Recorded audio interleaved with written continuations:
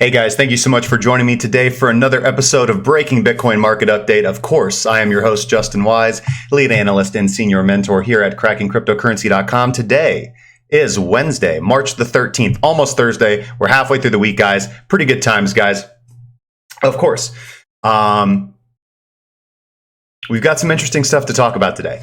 So I'm a little tired. I didn't get fantastic sleep last night. So if I'm a little bit off my game, which I don't think I will be because I am one of those individuals that thrive a little bit under pressure. So pretty calm, cool, and collected. I think we're going to have a really good show today, guys. I've got some really interesting stuff to talk about. So let's go through the beginning stuff, guys. Of course, if you guys want to trade along with us, the link's at the top of the screen as always, premium.crackingcryptocurrency.com. Let's see here. Guys, we still are doing, we just started it yesterday, so let's actually go over here and just start diving right in. All right. freemmo.crackingcryptocurrency.com, guys, to get to have your opportunity to win some MMO. We're doing another giveaway with a fantastic partner of the show, a proud supporter of the show, MMO Pro. You can find all the links in the description down below, mmopro.org, mmocoin.pro. Tiered proof of stake. It's a coin designed for gamers. They're gonna have a. I've looked at it. They've got a really nice marketplace launching. So let's go ahead And so, yeah, so that's MMO or freemmo.krakencryptocurrency.com. Just the traditional way that we do giveaways. You don't have to register a new account or anything. You can log in. You can log in using any of your existing social media accounts and just take place and support the community and help grow cryptocurrency, because we are under a little bit of pressure, guys, lately. So cryptocurrency in general. Not over the last week, though. So the title of the show is Alt Sneezin Continues. And again, let me take a brief break and interact with the chat just a little bit and say hello to all you wonderful people. Jonathan Krause, I see you in there, man. I just replied to your email. Good to hear from you, man. Beautiful world. Turd Ferguson, I do like your question. He says, as our family continues to grow, have you thought about hosting a meetup? That is a fantastic idea. There's nothing more that I'd like than to meet some of the awesome people that have become a daily portion of my life, just as I hope I've become a daily portion of your life. It really is. You guys don't know like how pleased and surprised I am how quickly and how fast we've grown. So this has been it's been a really good it's been a really good opportunity, man. So yeah, I'd love to, man. Bad Andy says perfect intro music. It's because Scott chose it. Let's see here. Scott, good to see you in the chat, man. Jürgen Ernst says just watched Richard Hart on Crown Stream. Hard to watch, but I still don't know for sure what to make of this Hart guy. Being an asshole doesn't necessarily make you wrong, huh? I don't have a strong opinion on Mr. Richard Hart. Again, I could. There's a lot of streams and a lot of channels that kind of cut their bones off of dissing other people in the group. I won't do such a thing, man. A lot of people are entitled to their opinion, and all I do is I focus on my charts and I focus on what makes me money, and I focus on what I can do to help improve the community, man. Let's see here. No sleep. Maybe your insights will kick butt today. Hopefully they will. Hopefully they will. All right, guys. Again, if this is your first time here, make sure to hit that like button, hit that subscribe button, the notification bell, because apparently YouTube's system is broke, and even if you're subscribed to the channel, you won't get the notification unless you know that we're here live every day at 12 p.m. Central Standard Time. Now, let me go look here real quick and see. Da-da-da-dum.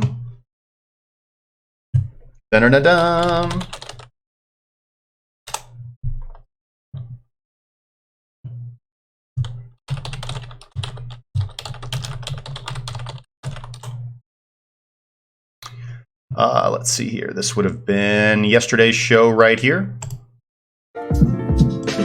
All right, let's go look at the old comments here.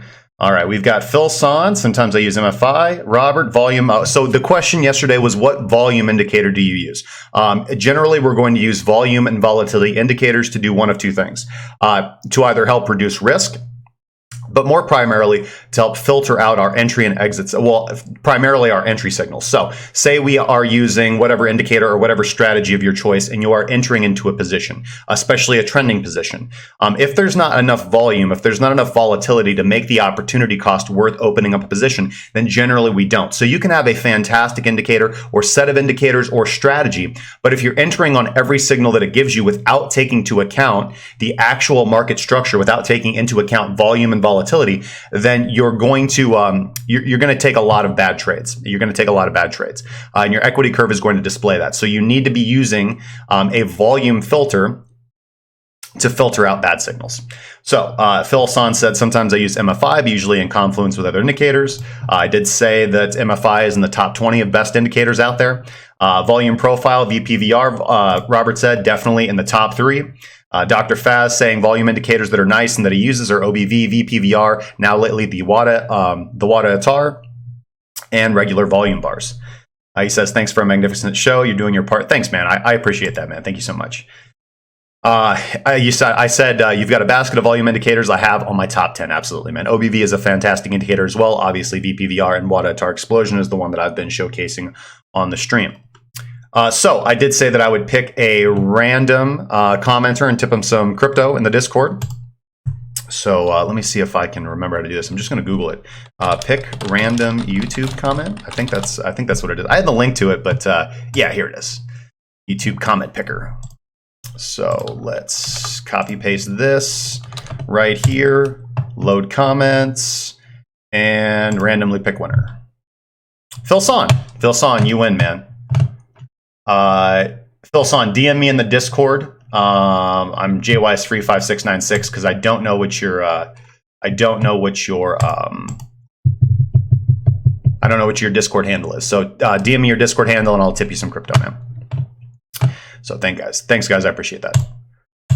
All right, moving on.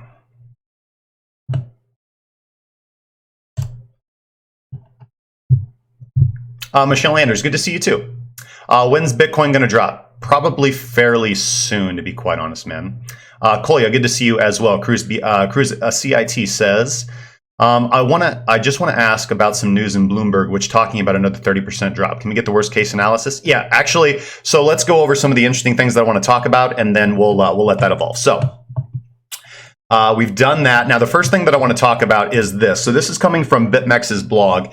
So BitMEX has launched the Ethereum node metrics website, nodestats.org. Now, all the links of the stuff that I'm about to talk about are going to be in the description down below. So the abstract of this, again, I'm just going to do some quotes right off of this, but essentially what BitMEX has done, and I think this is actually in response to the second story that I'm going to talk about. It's the same thing that's linked, but if you guys are not familiar with the Ethereum Woes Medium article that came out just a few days ago, again, I waited to do a little bit more research on this before I actually wanted to talk about it on the stream. This came across my radar actually the day it was launched. Kind of Reddit lit up about it, crypto Twitter lit up about it, mainly because I'm a pretty big follower of Jameson Lopp. I do like his Twitter. So anyways, but I've allowed all this to gel over the last few days. So here's where it's led to. So this is fairly new. So BitMEX is launching this Ethereum node metrics website, nodestats.org, objectively for the purpose of basically being able to store archival history of the Ethereum network and do an objective third-party analysis of the networks itself. So the website connects to 5 different Ethereum nodes and collects data every 5 seconds. The main focus of this website is to provide metrics related to the computational resource each Ethereum node requires. While analyzing some of the metrics, quote, we may have identified issues with respect to the integrity of the data reported by the nodes, which may be of concern to some Ethereum users. So scrolling down a little bit, let's see here. The main purpose of node stats is, as they state, to provide metrics comparing the computational efficiency of the different Ethereum implementations. For instance, by comparing requirements related to CPU usage, memory, bandwidth, storage space, to compare the resource requirements between running Ethereum node software and that of other coins such as Bitcoin, and to evaluate the strength of the Ethereum network and transaction processing speed by looking at metrics related to whether the nodes have processed blocks fast enough to be at the chain tip. And as we move forward, this is really the key concept here, is whether or not the blocks are processing transactions close enough to the chain tip, or whether poor block propagation results in nodes being out of sync for a significant proportion of time. So if there are a majority of nodes being unsynced and not in sync with each other, there is the opportunity for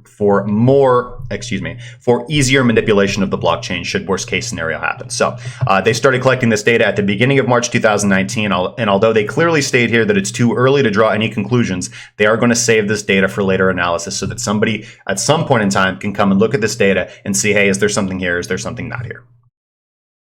All right, so that's on BitMEX's official blog. The website is right here, nodestats.org. They are measuring Ethereum Geth, Ethereum parity. So this is, they are measuring an archival node, they're measuring a fast node, and they're measuring, so 2 full nodes, 2 fast nodes, and 1 archival node. Ooh, it's somebody's birthday. Happy birthday to you, Facebook friend I never talk about to. Never talk to, not about to. Anyways, Ubuntu. All right, so you guys go check this out. Again, I'm not, I'm not a programmer by nature. I'm not a blockchain engineer by nature, but this is some of the fundamental information that I do like to research. And again, I want to state this very clearly. I'm not going to take a side or position as far as the technology here goes. I'm pretty clear with being mostly chain agnostic, although I guess that, okay, so let me be very clear with that. If most people are aware that if you were to classify me and throw me in a box, it would be a Bitcoin maximalist. But I just want to make sure that anything that I'm going to talk about on the stream does not necessarily come from that does not necessarily come from that biased perspective. It's not that I dislike other coins. It's that I only know for certain that Bitcoin has a use case and will survive. I don't know about all the other stuff. They're speculative investments. They're additional risk on investments from me approaching the market as I do in the cryptocurrency space as a trader and investor. So, but there is Bitcoin bridges that gap for me personally because it also allows me to see potential fulfillment of deeper desires and dreams and goals that I have, such as libertarian dreams, such as crypto anarchy, not crypto anarchy, but anarcho-capitalist dreams of making the world a genuine better place, which I think a technology like blockchain, like Bitcoin can do. I think that Bitcoin is best positioned to actually fulfill that role in society. And although I do see use cases for other coins, and especially investment opportunities for other coins and tradable potential, I do view this space as a lucrative space to be in. Otherwise, I would be trading Forex, and this would be called cracking Forex, and this would be breaking CAD-USD market update, but it's not.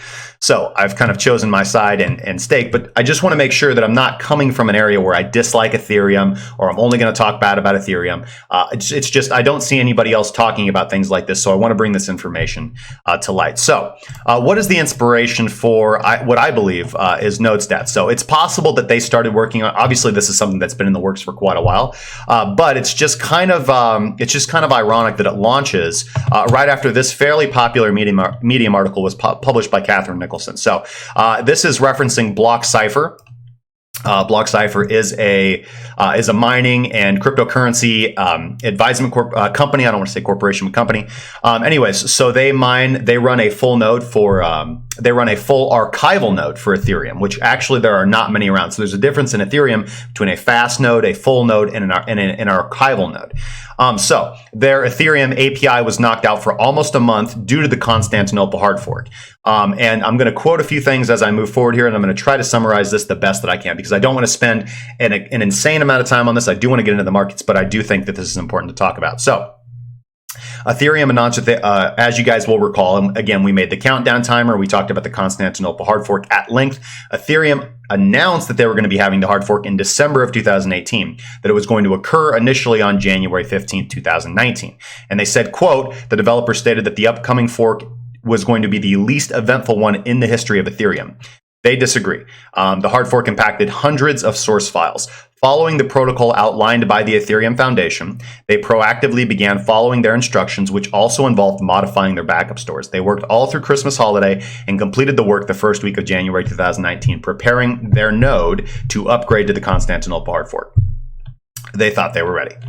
Now, January 8th, the night of January 8th, the night before, or it was the night before or several days before the Constantinople hard fork was to be rolled out, it was pulled because I believe it was Chain Labs found a security flaw, which again, I talked about at length. So it was actually, I don't want to say a flaw, but it was a problem in Ethereum that never technically got fixed. Whereas if you had two smart contracts that communicated with one another, they could, smart contract B, if it was referencing smart contract A, could actually reach into smart contract A and take more funds than it had been allotted. It could send an additional command, the practical application of which is that it's not a double spend technically, but it could pull more money than it was originally intended from, right? If you're routing money from smart contract A to smart contract B.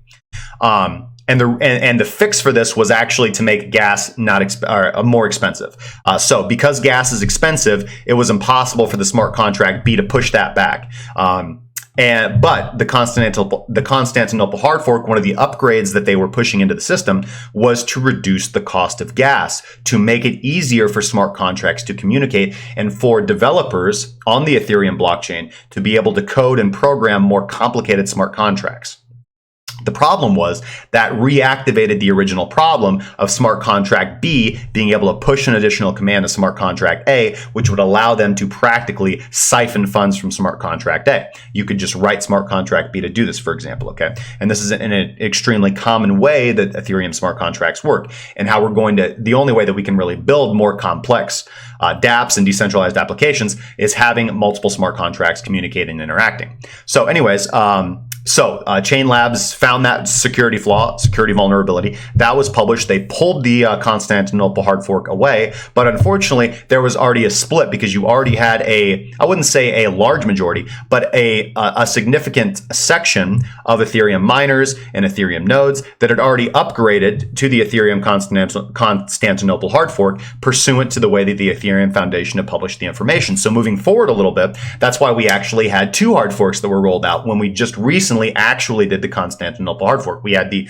the Petersburg hard fork and the Constantinople hard fork. So one, essentially it was like an OCO order, right? So one canceled the other, right? So because you already had networks that were running the previous upgrade for the Constantinople hard fork, which, by the way, during that period of time, they could have, by all rights, ran into that same security vulnerability that Chain Labs originally found. However, they pushed I believe it was called the Petersburg hard fork upgrade, which essentially canceled out the previous Constantinople hard fork once it was synced across the network, and then fully upgraded to the new upgraded patched version of Constantinople. So the night of January 8th, these guys realized that something was wrong with their Ethereum state, but they did not know what. The only thing they knew is they were getting an error that a small piece of data was missing. The Ethereum state is unscrutable, so all data is hashed in a tree, not a Merkle tree, but a tree. It made it impossible for us to figure out exactly what was wrong. So they tried several times with no success to find out what was missing when they tried to update their system. They kept getting a missing data error. So they tried multiple times to discover and recover the missing data. And so as a last resort, they began the fast sync process, which took 2 days for a fast sync to complete. Unfortunately, it did not help them restore their missing data, nor did it restore their state. So for everyone who asked these questions, why did a fast sync not work? Because it only includes a small subset of the whole blockchain data. To provide and operate their APIs reliably, they need all of it. They need a full archival node, because they're not just running some kind of reference node. They're providing a service. They're running a full archival node, a block explorer, if you would, to be able to provide advanced API services to customers. So they're not going to be able to get by on a fast node. They need to know every single transaction that's ever occurred in Ethereum's chain state. So why didn't they make a backup copy of their state before the Constantinople update? They did, but it was partially corrupted by the restore. And also, the Ethereum state is not a database that can simply be backed up and patched. It can't be done while the Ethereum node is online. It can't be done incrementally, and it is well over a terabyte. So lesson learned number 1, quoting these guys, the Ethereum state is very different than that from other blockchains. It cannot be restored using any traditional backup method. So as a final resort, they went to the full sync. So that's a 2+ terabyte Ethereum state on January 12th, blah, blah, blah, blah, blah. Compounding our problems because there's no transparency in the process was the fact that we had no idea of our status in the upgrade and had no info in order to update their customers. So this is a legitimate business and company that is relying on this Ethereum API to service their customers. So they lost their API access for almost a month. So on January 14th, the day before the hard fork was scheduled to take effect, it was canceled. Okay, so I apologize. This was the 14th when the Constantinople security flaw was found. Lesson learned number 2, don't plan ahead for Ethereum upgrades. Wait until they happen. So, and then over 2 weeks later, the stretch of time that it took to get the full sync done, it is not really a full state restore. This is the big key issue that I want to point out here. So after 2+ weeks, their Ethereum state was restored, but it was not the end of their woes. As it turned out, the full sync defaults do not include the full tree state. If you are doing a full sync, they say, why would a default setting not include everything? That defies logic. Their next challenge was figuring out how to add the tree state into their full state. So how can you restore a full archival node from a full node, right? So they reached out to Vitalik Buterin himself.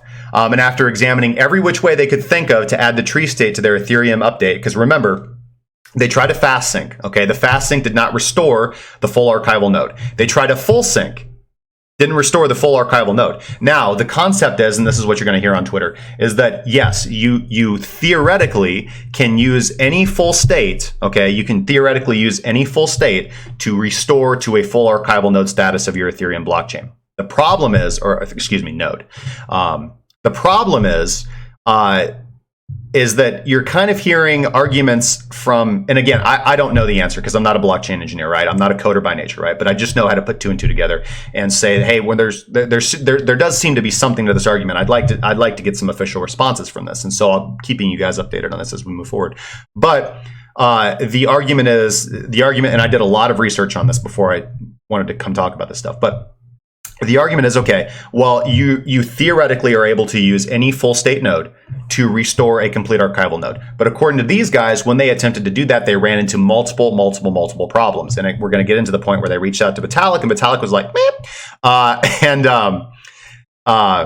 But the thing is, when you purge data, how can you restore that data, right? So if the full state is actually purging data, it's not purging, but pruning data, how are you going to restore that pruned data fully and completely? And reliably and verifiably? That's the big issue. And you're hearing, a lot of people say, kind of on the Ethereum side of the argument, that, well, yeah, of course you can totally do that. And then you've got, in my opinion, what potentially might be more objective people are saying, how do you restore pruned data? Like, it's pruned. So anyways, after examining every which way we could think of to add the tree state to their Ethereum state, we asked Vitalik for assistance. His first comment to us was, "Oh, you're one of the few running one of those big scary nodes." We asked him if he knew of anyone else running a big scary node to see if we could possibly sync with them. He knew of no one, not even the Ethereum Foundation, that kept a full archival copy of the Ethereum chain. We were back to square one, starting the full sync again, this time including the tree state. So, lesson learned number 3, in the event of a chain reorganization, so think back to the DAO hack, all right? Think back to the last significant hard fork in Ethereum. Ethereum Classic, all over a disagreement of what to do with the DAO funds. Ethereum Classic said code is law, and we cannot refund these funds, even though we screwed up. We wrote the code the way that we did, and lots of people lost millions of dollars, but that was... We're not going to reverse the chain state. We're not going to refund their money. It's gone. The money's gone, right? It was hacked. It's gone. Code is law. Ethereum, as we think of Ethereum now, said no. We're going to reverse the chain. We're going to go back in time, and we're going to return the funds. So right there, you have an immediate difference between Bitcoin and Ethereum, right? Now, it would not be true to say that this is impossible to do on Bitcoin, right? You can, if all the nodes and all the miners are in agreement, you could roll back the chain, okay? If everybody agreed to excise portions of the blockchain and the entire community, meaning you had a majority of consensus, and this is all written, for example, into the Bitcoin implementation guide, how you can achieve consensus. There's actually mathematical rules for it, but one centralized authority, one centralized entity does not have the ability of the authority to do that with Bitcoin. It doesn't matter if Satoshi Nakamoto came forth himself. He does not have the power to reverse the chain. He cannot back the chain state up. So say, for example, let's just pick a random example. Let's say that tomorrow the United States government comes out and they say, you know what? We're getting rid of fiat currency. We are adopting blockchain. We're adopting Bitcoin. Bitcoin is the true coin. It's going to be the future of the world. The United States government stands firmly behind Bitcoin. And to prove it, we are going to buy, $10 billion worth of Bitcoin, like right now. Okay, let's say that they go to buy it, but because, the United States government is terrible at everything that they do, they screw it up and they accidentally send the money to a burn wallet address, for example, right? So a wallet where there is no private key available. So that money's gone. They just lost $10 billion of the Bitcoin. Well, Satoshi Nakamoto might come out, or whoever might come out and say, well, it's going to be really bad for Bitcoin if we allow this to stand. So we're just going to go ahead and roll that back. The government, they're stupid. We're going to let them make the mistake, but we're going to go ahead and give them the money back. It's impossible. The entire network would have to agree on this. The majority of miners would have to agree to do this, right? The problem, I wouldn't say the problem, but the difference between that and Ethereum is that the Ethereum Foundation does have centralized authority. They can just reverse the chain state, and that's exactly what they did with the Ethereum Classic Ethereum split. They chose, what's the word that I'm looking for? I mean, mock election or whatever, that it was supposedly decided democratically, but whatever. But the point is that they have that power, right? The fact that they ask the community doesn't really mean anything, right? Like, if I have a gun to your head and I ask you if I can have your money, but it's not really a question, like, I'm just being polite to be polite, any hoosers. So, but in the event of a chain reorganization, they might be the only ones to know the entire history of the Ethereum transactions, right? So, this is just something to keep in mind. I'm not making any direct conclusions from this. Again, I still think that Ethereum has a lot of use cases and is in general the number, it's the number 2 coin out there, has a lot of potential. Again, flaws are going to be found in any system. There are issues with every system that there exists out there, even Bitcoin. But this is just something that if you're unaware of, that I think that you should research further into. And so I think that if we want issues like this fixed, I think that we should hold the Ethereum Foundation's feet to the fire on something like this, because this is something that would be nice if this got fixed or patched or just got some clarity on, like some kind of official statement on this before we get moon booted up and go into the next bull cycle, because it would be terrible for something like this to happen, next time we're at all-time highs. I prefer for this to happen at all-time lows, because if we drop another 50%, like, who cares? So moving forward, and then coming over here to Jameson Lopp's Twitter is the last little bit that I'm going to comment on this above. So this is Jameson Lopp just basically retweeting that the highlight from the Medium article that I just referenced. And again, you've got some individuals coming out here and saying that, hey, we rerun full archival nodes of the Ethereum blockchain. So again, do your own research and look into this further. And actually, I'd be really fascinated to see what information you guys can find out about this. So, what is your take on this? Do you think this is a good thing? Do you think this is a bad thing? Do you think it doesn't matter? I'm really struggling and searching for things to pull. So Bitcoin must be really boring that I'm going to go ahead and talk about Ethereum this long. And we've got more to talk about with Ethereum when we get into our technical analysis, because there is something going on in Ethereum that is actually mission critical. All right. As far as technical analysis go, in my humble opinion.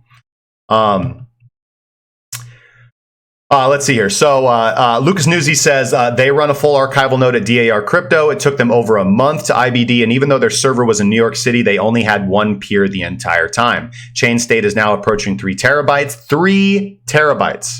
Okay. I tried everything to increase connectivity, but there just aren't many full archives out there. Okay, so this is the quote that Jameson Lopp responds to. So this is his initial tweet, and then Pumping Up Alts, who's a miner, as far as I know, as far as I'm aware. I could be wrong about that. So if you're Pumped Up Alts and I'm wrong about that, I apologize. I don't know you from Adam. But they say Ethereum archive node, the 3 terabyte one, is only needed to run a block explorer. A full node is 166 gigabytes. An archive node can be synced fully from a full node. Feel free to educate yourself on the topic. So pretty snarky there, right? And this is kind of the thing that I've heard from a lot of people on the Ethereum side of the camp.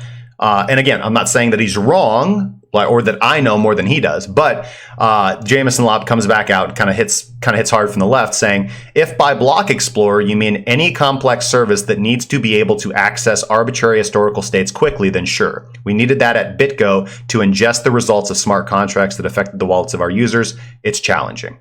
Basically, so a little slap in the face, being like, basically saying that, yeah, you're really understating the importance of what I'm trying to talk about here, man. It's not just that simple. So the fact that there are not a lot of archival nodes out there, meaning that you don't have a lot of services that can just instantly and quickly parse the entire transaction history of the Ethereum blockchain. And why is that? I mean, frankly, it's because they have decentralized applications and because they have smart contracts, because you have all these smart contracts that are in the blockchain, that are in blocks. And because of that, you have a very, very, very congested chain state, as opposed to Bitcoin's, for example, which is large, but not, for the love of God, 3 terabytes. Okay.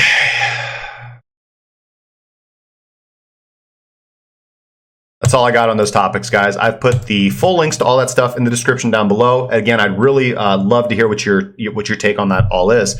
So now that I have lost half the audience, most likely, let's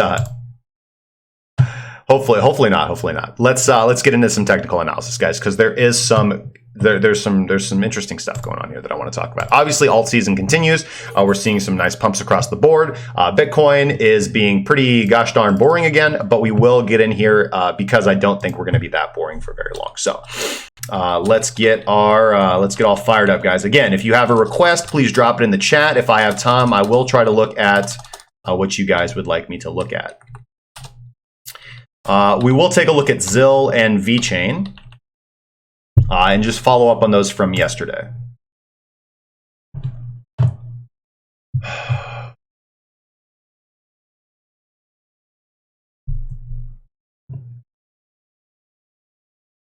Matt Dan Duran, hey, I know who you are, man. Happy birthday. Happy birthday to you, my good friend. Happy birthday to Matt. Flipping Forex with JW. Hey, nice. I like it. Ethereum is going to crash. Whether it dies or not is another question. Litecoin is the right coin. Hey, no problem, JK. I'm happy to provide that information to you, man. So when Bitcoin goes sideways for an extended period of time, and I'm very comfortable in the alt positions that I've established, it's time to do some fundamental research. This, I guess, is the point of all this. TRX H19, yeah, not a problem, man.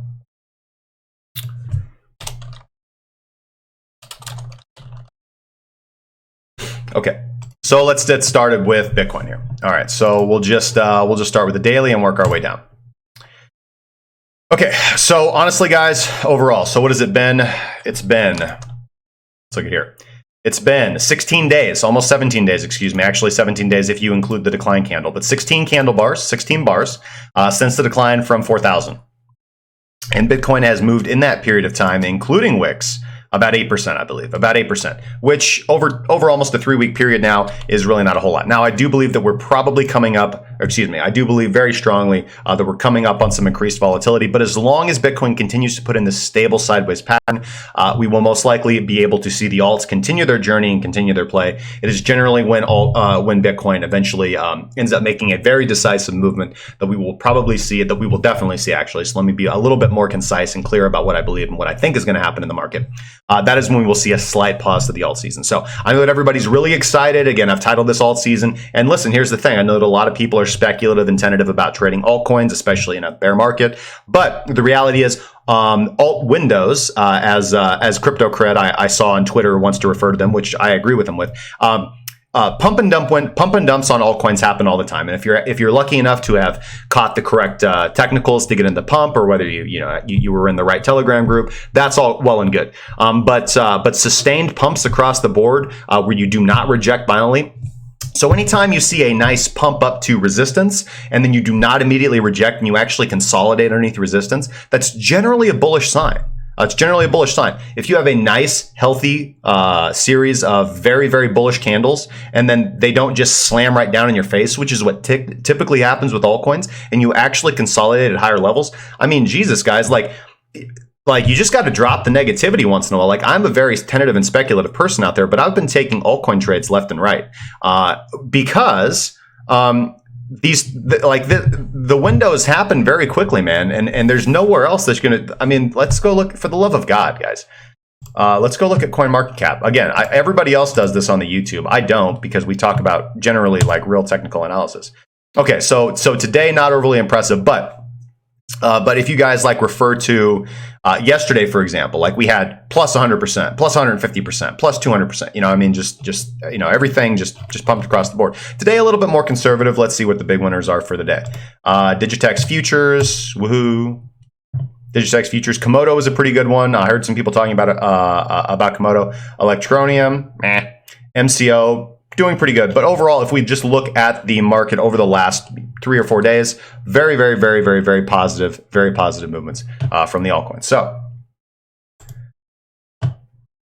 let's go back over here to, and this is one we just traded in the members group. Was fun. All right, so you guys can see our entry right here. You guys can see our stop loss, and you can see our take profit targets. And we're good on that one. 16%. 16% in a day. Pretty happy with that one. All right, so let's go back and look at XBT USD. So nothing's really changed. Again, I'm still targeting the breakdown zone, this pool of liquidity up here between 39.30 and 39.70, 39.40, 39.70, however you want to look at it. A lot of people are of the opinion that if we hit this area, that we are going to continue up onto the upside. And I'm of the opinion that if we reestablish this area as support, meaning we have to see a very decisive movement up above this level and then reclaim it as support, then I will be looking to take a bullish trade to 4250, 4500. The probability that I give to that now at this point in time, seeing how things are developing, is actually probably 30% or less. I do believe that it is much, much, much more likely that we do head to the downside. That's why I have my limit orders actually set in this area, and I generally don't do that. I'm generally more of a reactionary trader, but in this example, I do, and if you're in the members group, you can attest to this, I do have limit orders set in this area right there. So if we just see kind of got coming down like that, no, just kidding, I was about to draw one of those things. Anyways,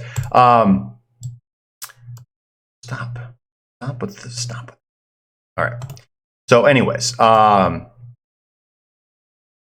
now, I will not be surprised to see a nice gasp pump up to this area and trap a lot of buyers.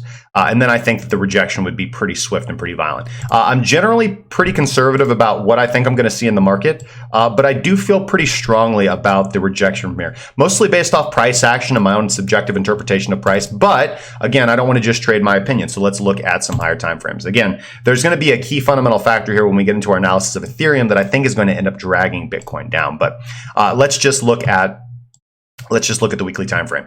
Looking at the weekly time frame, we did have an initial buy signal from time transformation. We haven't had a weekly buy signal since never. Since never, not on the BitMEX platform. But again, you generally don't want to blindly buy the first signal that you get. And if you would have just blindly bought even the time transformation signal on the weekly time frame, you would have ended up buying it at the market top and you'd still be underwater at this point in time. And you only would have had a brief sliver of time to get out of the profit. But however, I digress. Let's see here. I digress. So again, there's some positive things to think about. You can say we've broken out of the symmetrical triangle, but again, there's just no volume sustained behind here. Again, without a significant change in volume or trend or sentiment, we're unlikely to see a continuation of the uptrend. So even if we, and then there's another thing here too. I actually saw this. I do want to comment on this quickly. I do want to disagree with an analysis that somebody pointed at me the other day, and I'm not going to say their name because that's not what we do on the show. But somebody was making a bearish case based off the fact that, well, listen, if 3180 is really the bottom, then we need to pull back and retest that to confirm it as support before we move up. That's not how bottoms work. If 3180 is the bottom, we will never go back near it. Like ever. If that was the bottom and that's where bags got filled, we will not go back to retest that area of support. That is not how markets bottom. The market is not that kind. You don't get a retest of the bottom. If it's the bottom, you don't go back near it. Not even generally relatively close. I mean, we can just look at the example from the last time the Bitcoin bottomed out of the bear market. You put in a super just destructive wick to the downside and you never came within 20% of that. So the market is not kind enough to give us a retest at 3180 if it is the bottom. Meaning, in my opinion, if we do come down below 3400, which is a level I do not believe will hold whatsoever, then we're going to go lower, most likely potentially to 3180, because a retest of that would confirm for me that the bottom is not yet in. And it would be a failed movement of this bullish rally. So for me, really the deciding factor, as I talked about yesterday, is 3,800. I made a very strong case for that yesterday and the day before. I do believe we looked at a lot of different volume metrics, looking at the looking at the 55 exponential moving average coming in at 3782. All right, check.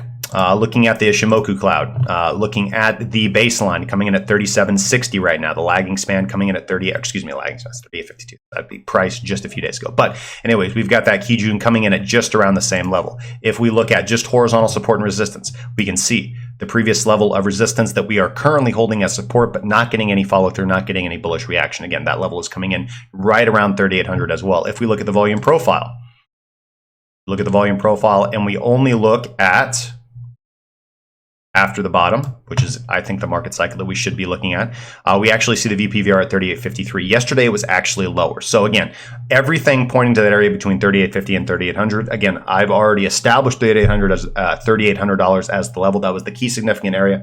The fact that our Ichimoku levels and our EMAs have moved up just a little bit as price has held this upper area is not indicative to me.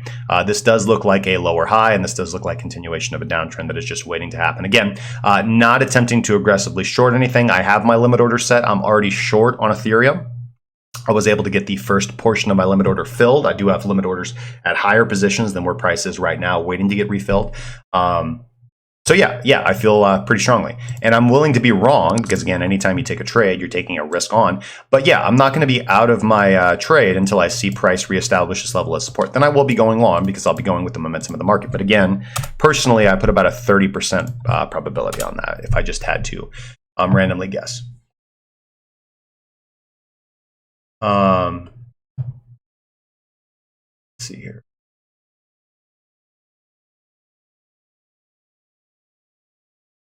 Can I look at Litecoin? Yeah, sure, man. Yeah, so Zcash. Listen, Zcash was not able to make a lower low today. That was just a technical error. The Zcash machine has been fixed, and we can resume our lower lows now. I'm just kidding. Yeah, I'll take a look at Zcash, man. Let's add it to the schedule.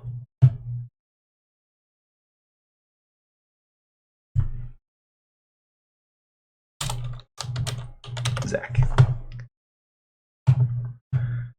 Can we go to 100,000? Yeah, but probably not before we go to probably not before we go lower, right? And I'm not going to be. I've already laid out. Listen, guys, I've done a full detail analysis on the lower lows and the lower price targets below 3,000, and where I do believe the price is likely to reverse around. But again, I'm not one of these idiots that's saying we have to go to 1,000, bro. Like 1.9 thousand. Look at this motherfucking fractal right here, man. Look at this. Look at this bearish butterfly Gann fan pattern. Whatever, dude. No, I don't know anybody that profitably trades that uses harmonic patterns, dude. I mean, consistently, day in and day out. Like, that stuff is too, like, ooh, wow, ooh la la. You know, like, I'm sorry. I feel the same way about Gartleys, butterflies, anything that smells ciphers, anything that smells like a harmonic pattern. They go in the same basket as Elliott waves. Doesn't work.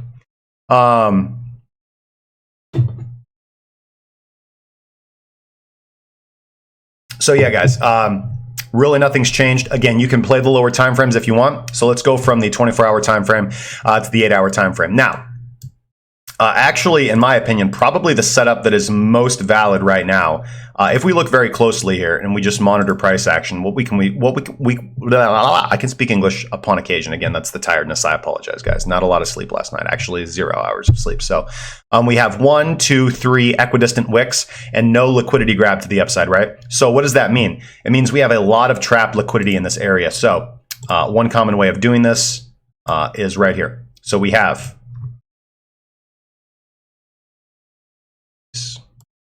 you know what? I wish I could make this smaller. There we go. It's a little too small, but I make it like just a little bigger, but not like insanely bigger. Okay, there we go. So liquidity there, untapped. Liquidity here, untapped. Liquidity here, untapped, right? I mean, just look at that. Just completely equal highs, right? Equal highs. What I'd like to see is I'd like to see a stop loss hunt. I'd like to see a grab for liquidity up to this region right here. So anywhere from 38.80 to 3900, potentially even up here to 39.15. So that is not an area where I would want to set my limit orders. Generally, that's what you want to do with a grab for liquidity. You would aggressively set limit orders there. I would prefer to be a reactionary trader. If we wick up to there and then fail, then I think it's probably unlikely that we even make it back up to 39.40, 39.70. We can just continue down from here. But if we get through this area, then most likely this is the area right here where I'd want to have my grab for liquidity, because you can already see that we've already had a liquidity grab in this zone right here. Doesn't mean that we can't get a more significant one. I just view this as the most attractive entry position on the chart. If I had the ability to enter into a position, again, did not get filled here, which is ironic because I talked about this area on the chart for weeks. I talked about this as the area to have your limit orders set, but I didn't set my limit orders there. I had a lot going on. I began moving. Everything's kind of getting situated out, but I did not miss my chance with Ethereum, which, as you guys know, I primarily do my technical analysis. I mean, I always do analysis on Bitcoin, and I like Bitcoin, and I talk about Bitcoin, but when it comes to MEX, I do generally prefer to trade on Ethereum. Why? Because it's more volatile. So it's more bang for the buck, man. XFAX position 68. Hey, thanks so much, man. Thank you for joining the community. Very pleased to meet you, man. Hopefully I can talk to you in the Discord. Tech Engine, good to see you, man. Bad Andy. Bitcoin Fund Manager is all over that shit. He's all over your Bitcoins if you'll send it to him, man. There's few people that I'm again, I don't cast aspersions on people, man. Like, you know, people come in here and they're like, hey, talk shit about this dude, talk crap about this guy, tell us how much better your TA is than them. Look, it doesn't matter. Like, I respect anybody out there trying to hustle and do a go with this, man, but I will not tolerate scammers, dude. I will not tolerate people who blatantly manipulate, mislead, cheat, lie, steal. BTC Fund Manager, fuck that dude. That dude is a scammer. Like, verified scammer. That dude is a failed serial entrepreneur, knows probably as much about technical analysis as I know about combustion engines. I do the Jeff Foxworthy when it comes to the combustion engines, you know. Ooh, there's a lot of hot stuff in there. Woo! Yeah. Don't worry, I got it. I'm just gonna. Hey Google, how do I fix an engine? You see what I'm saying? Yeah, It's my life. No, listen, I know a little bit about cars, but nothing about engines, to be quite honest, man.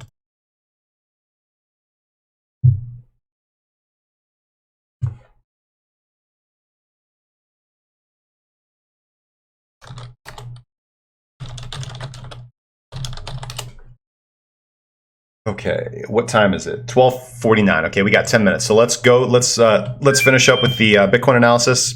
We'll take a quick break and then we'll look at the alts, man. Excuse me. All right, so yeah, so grab for liquidity to this zone right here. So again, that level being 3880 to 3900. So I would caution you to not blindly set limit orders there. You can if you want to be very, very aggressive, and if your own analysis agrees with what I'm trying to set with what I see just on a price action based analysis. If your indications tell you that most likely we go higher, then again I would be targeting the area between 3940 and 3970, as I am myself. So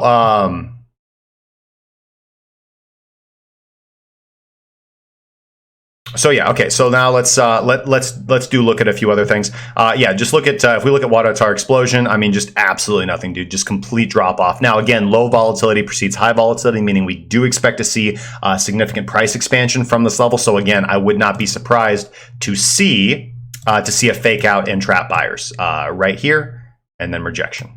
That's what I've got my money on. That's where my positions are.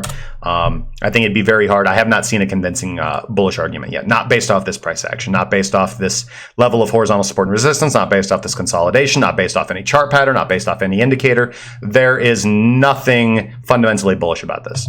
This is a lower high, no follow through, rejection from a zone of liquidity, and potentially a lower high. I'd like to see a liquidity grab for one last hurrah, put the stake in it, and let's go down already.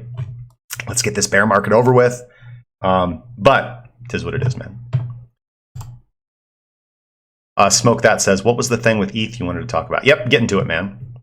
I think actually I want to talk a little bit. I got about 9 minutes before I go to break. So we'll probably just talk about Bitcoin for a while. And then when I get back, we'll probably dive right into the Ethereum thing, because I think that's actually probably the most important thing that I want to talk about. All right, so let's go look at the tether chart. Looking at the tether chart, we'll start with the weekly time frame again, guys. Listen, same thing. Time transformation on the weekly scale. Told you to sell the top. Saying this is the bottom, but again, it's just a signal, man. It's just a signal. Now, I will give you guys the benefit of the doubt. Rising water on the way up, right? Explosion line is dropping, which means resistance is dropping, okay? But from a fundamental perspective, man, we cannot be overly bullish. While price is below 40.88 and 41.61, again, the bearish equilibrium block, right? The previous breakdown zone. The area on the chart where the bulls sensed weakness and want to push price up to test it, where the market wants to push into liquidity. However,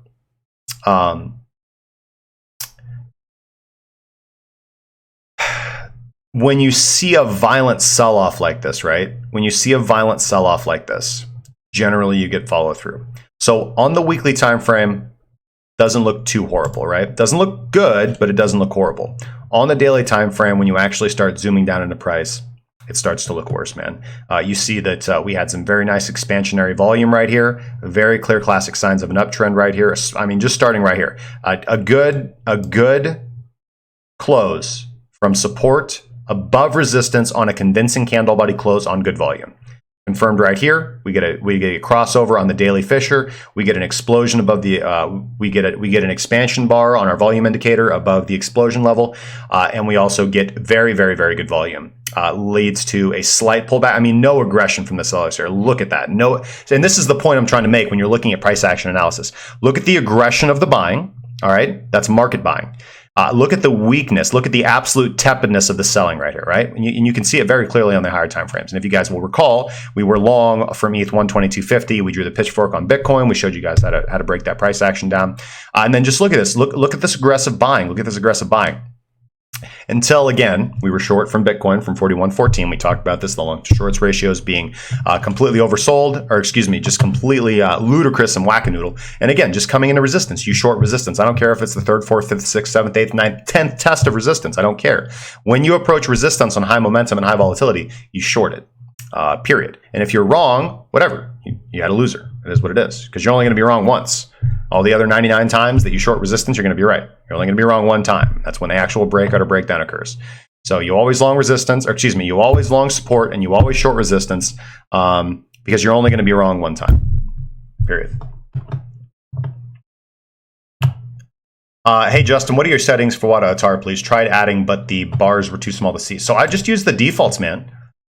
You can now listen. You can adjust this if you want, because to break WADA Atar down, it is essentially based off the MACD. And to be quite honest with you, I'm actually working on a fun little cool project here. So I've had a lot of requests, man. So I've written time transformation. I did the EMA script. I did the Ichimoku script. I did Quadrigo ATR. I'm actually. So this is something I'll show you guys here. Okay, let's show it. Let's show it right here.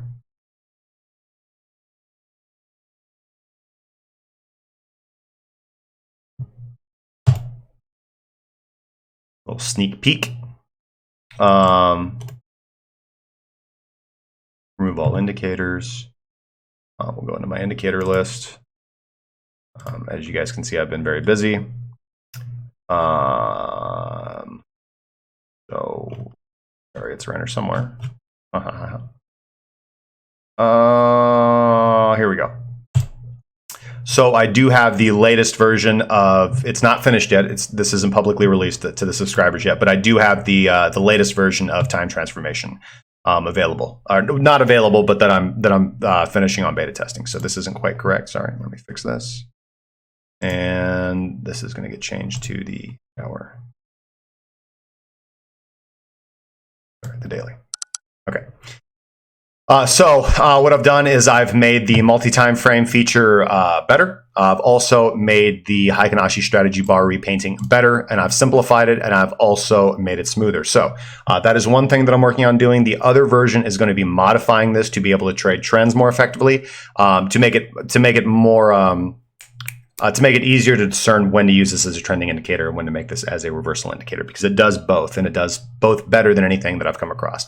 The other thing that I'm working on is making essentially a MACD of the Fisher algorithm. So, and combining that with a couple other indicators as well. So when we look at WADA Atar, what WADA Atar is essentially it's a MACD, right? So it's measuring whether the bars are bullish or bearish depends upon the MACD. So when you're going in here and you've got your fast EMA length and your slow EMA length, those are your MACD reference lengths. So you can adjust those if you want, and just play around with the settings. I think that if you are using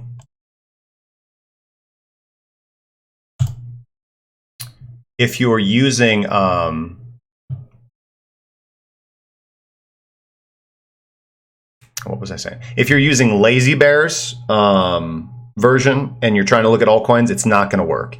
So I just removed a line of code from there that messed with the resolution. So just if you search for Kraken cryptocurrency on TradingView, you'll see, or you can just search for WADA Atar. I'm like the fourth result if you search for WADA Atar. But if you just search for Kraken cryptocurrency, you'll see me. You just go to my scripts and you can publicly use WADA Atar modified for altcoins. My wife doesn't believe in me, says altcoins are too volatile to trade. It depends on your level of, the reason I'm in the space is for the volatility. So I completely respect that. In fact, I had a good conversation with one of the members earlier. One of the subscribers is like, look, man, you're killing it on the alts right now. But he's like, but I'm just going to be trading. The majors on MEX. I'm like, hey man, that's totally cool, dude. Like, I just post the trades that I take,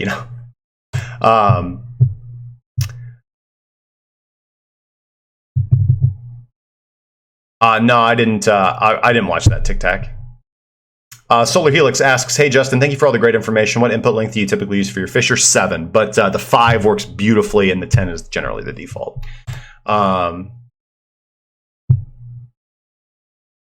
All right, so listen, guys. I got 2 minutes. Let's see if there's anything else I want to talk about. So yeah, so I've got a new version of time transformation that I'm working on, and then a couple other indicators as well. And I don't know if I want to. No, I'm not going to. I'm going to just have to tease you guys a little bit more with that, because I'm working on my own version of an extremely popular indicator that individuals have continually asked me to make, because I am seen as, I guess, an expert in the field because of previous videos that I've made about this particular indicator. So I'm going to make my own version because I can. So I will, and I'm going to make it better than what is publicly available.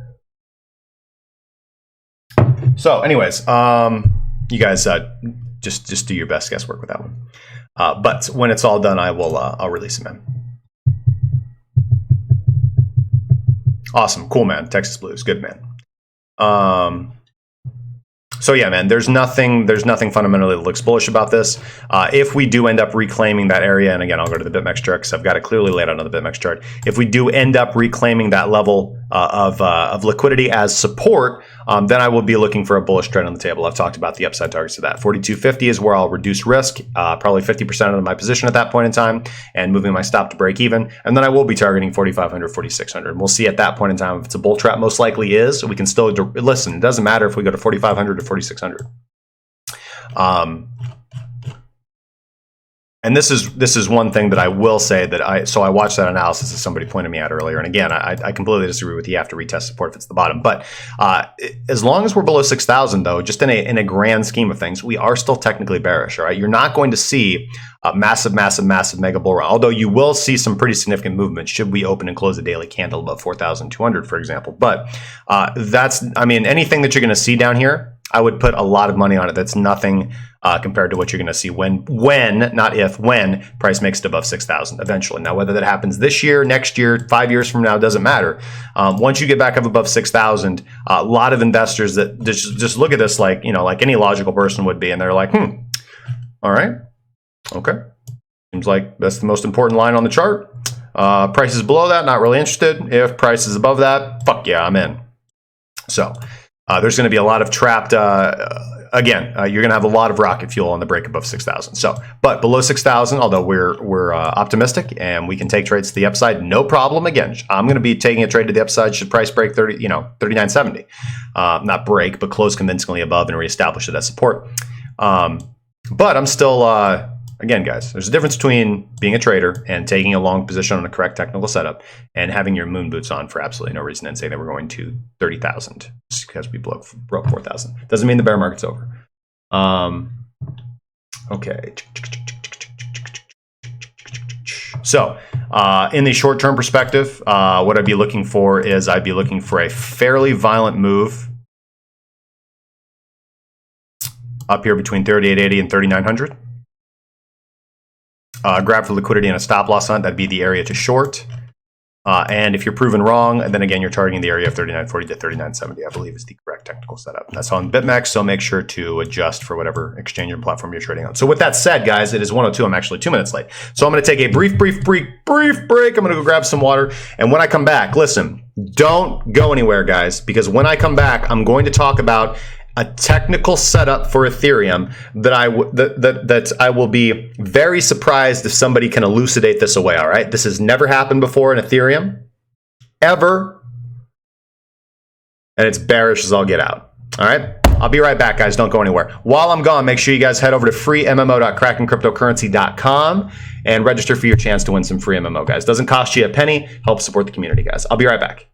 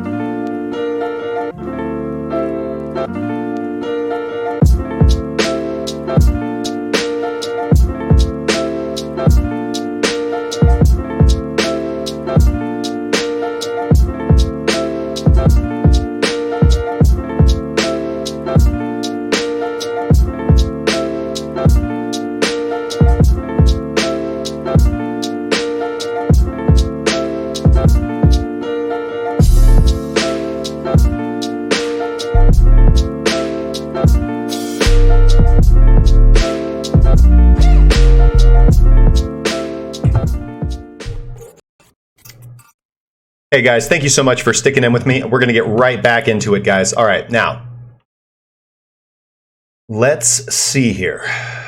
All right, we talked about, let's go to the schedule. Oh, sorry, briefly, super briefly, we do have to look at the SPY. Is why I said I was going to start doing that for each show. So we'll just go look at the SPY real quick. Look at that, nice bullish rally above resistance. All right, cool. Did not pull back to the 2600 like I wanted to. Again, I talked about looking at the area of liquidity on 2600. Again, the healthier the pullback, the higher we can go. Now, this is a 1, 2, 3, 4, 5 test of resistance.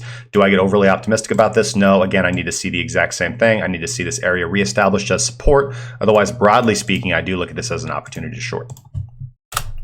Again, when you are looking at testing resistance, you're only going to be wrong shorting resistance one time, and that's the actual point of the breakout. So, still be looking for opportunity to take this to the downside until SPX does establish this level as support, and then we can look at higher profit targets. Again, should we do that? Really the only thing that we have to target, obviously, is the all-time high. So if we reestablish this level of support, I do see a retest of the high. All right, now let's go over and look at this. This is what I want to talk about, guys. Now, this is the Ethereum longs to shorts ratio, okay? And what I'm going to be doing is I'm looking at the traditional longs to shorts ratio. This is not the way that I typically look at longs to shorts. So if we go to my watch list, for example, here are my long terms. These are the things that I look at for long-term analysis.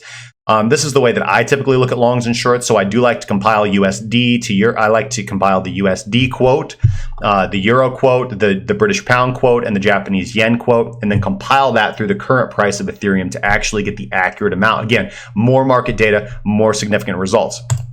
Same for the shorts. You will see that I also do the exact same thing for BTC USD longs, for the same thing for BTC USD shorts, okay? Now, when we look at the actual number of BTC USD longs, very flat, coming in around 26,698 coins long. When we look at shorts, we've got 26,821, so almost at parity, almost at equilibrium. Now, again, classically, this is something that doesn't take a lot of genius to figure out. When the shorts are this low, typically you do get some fairly violent rejection. But the reason that overall the price action on Bitcoin is more neutral, and why I'm going to point out the fact why Ethereum is much more bearish, is because it's much more flat. It's much more in equilibrium. So this is the only reason, I think this is the technical reason that altcoins are able to do what they're going to do. So although I do strongly believe that a rejection is in the cards for Bitcoin, this period of consolidation could go on for a few more weeks. But again, I've pointed out the areas in the chart where I would be looking to enter. So anyways, let's look at the longs to shorts ratios just for the United States dollar pair, because that's the largest by volume. Everything else is just dressing, really, to be quite honest. But anyways, all right, so this is the longs to shorts ratios, 4.5. So 4.5 longs to 1 Ethereum short on Bitfinex, okay? We've never been this high. This is all-time high. This is all-time high for Ethereum longs. It's absolutely insane. This is the second straight all-time high with outright longs also near an all-time high as well. So if nothing changes, today will be the 9th straight day where the longs to shorts ratio on Ethereum has been over 3-to-1. Okay, which will be the longest period on record. The last time that the Ethereum longs to shorts ratios was over 3-to-1 was 6 days. So the longest period of time that the Ethereum longs to shorts ratios has been greater than 3 longs to 1 short was back in November of 2018. Doesn't take anybody who has been watching this market for more than a couple weeks to know what happened back in November 2018. This happened, all right? If we go look at the Ethereum chart, what do we see? We actually see that when that happened, let's go look at the daily, sorry. We can see, and actually you guys can reverse engineer this if you want, but when the period ended, so the day after, after the 6th day of being longs to shorts ratios being above 3-to-1, on the 6th day, on the 7th day, God rested. But no, price dropped for Ethereum, price dropped 12% if we look at the USD pairing on Coinbase, about 11% on the Tether pairing. And then over the next month, about another 50% drop. So about 60% decline in price. Now, I do want to point out that this is only one historical snapshot, so it is not necessarily in and of itself statistically relevant. But again, you will recall, let's just backtrack a little bit and take into account some of my analysis and the way that I approach the markets. One of the primary reasons that I shorted from 41.14 with so much conviction was looking at the overall unequal distribution of longs to shorts, seeing that longs were absolutely skyrocketing as price was approaching resistance, right?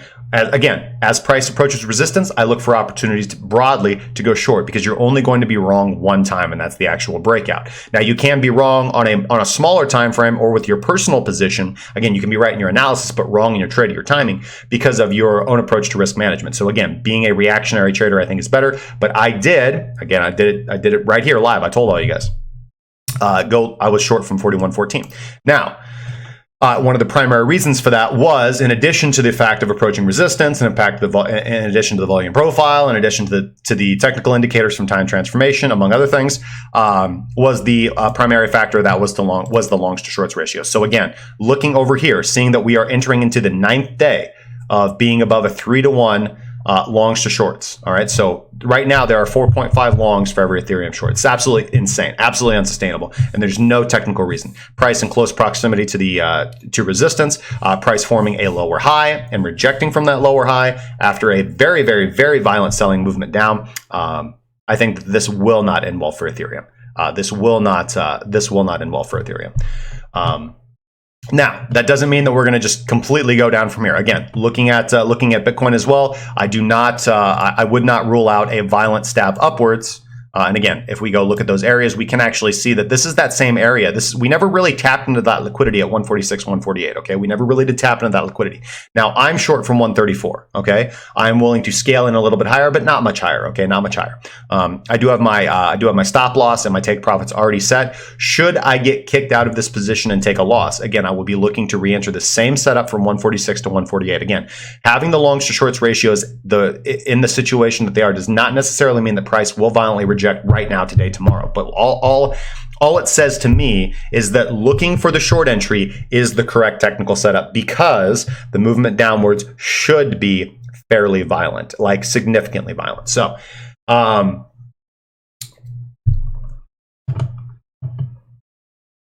right. So I just want you guys to take in the significance of that. This is the all-time high for longs to shorts ratios, and this is the longest period of time that the longs have been greater than 3-to-1. Okay, so keep that in mind as we move forward, man. On the 7th day, he created music. Dun dun dun dun dun dun dun dun dun dun dun dun dun dun dun dun. Max X. Hey, what's going on, man? Thank you. I read your comment earlier. You said. You watched the portion of the show where I discussed the Ethereum article nodes. Great info. Thank you, man. I'm not sure if you agree with all it takes, but good to know. Hey, that's fine, man. I totally welcome your opinion. It's totally here. He says, but your comment, the Ethereum blockchain is still smaller than EOS, I think. Potentially, I don't know. Is the EOS blockchain larger than 3 terabytes? I'm not sure.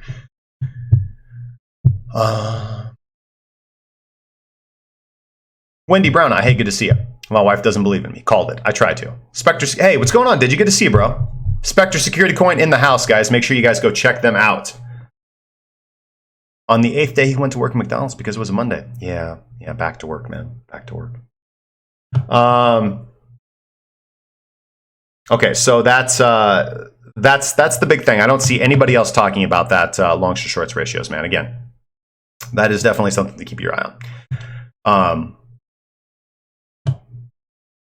And yeah, if you are waiting for a momentum short, if you are waiting to enter into a clear invalidation level, again, none of this chart doesn't change. I don't change my chart very often because the critical levels of horizontal support and resistance remain the same over time, and they don't get deleted from my chart until significant price action occurs to change my analysis. So, invalidation level 119.32, to be quite accurate, that is a zone between 118 and 120. Getting below that zone and establishing it as resistance, I do foresee a retest of the yearly lows, of previous yearly lows, actually around $80. do not think that $100 holds up, man.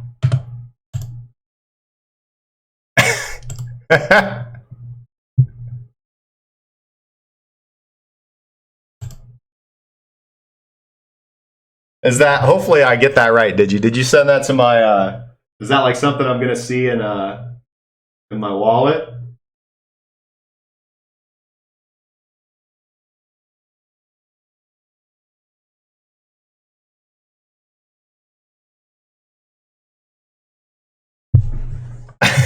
That's funny, man. Hi, man. Good to see you.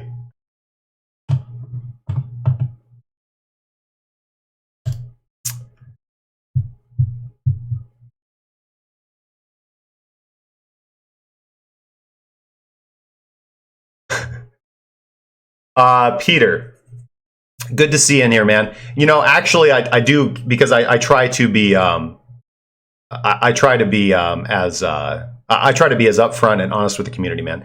I actually didn't. I actually did not. I didn't like the way that the conversation went down yesterday. And again, yes, Mr. Peter, I am speaking to you. So whether or not you are a troll, man, like I never viewed any of your comments or questions or anything like that as trollery. Okay, just because somebody comes in here and is critical of my analysis or is critical of me as a person, that's totally fine. If you're vulgar, if you're, if you try to use abusing or racist language or hateful language, yeah, I'm not going to stand for that. And you guys, you can get out of here. It doesn't matter. We can all. It doesn't even matter if we disagree philosophically or politically, right? It doesn't even matter if we think each other's stupid, right? We're still adults and we can treat each other with respect.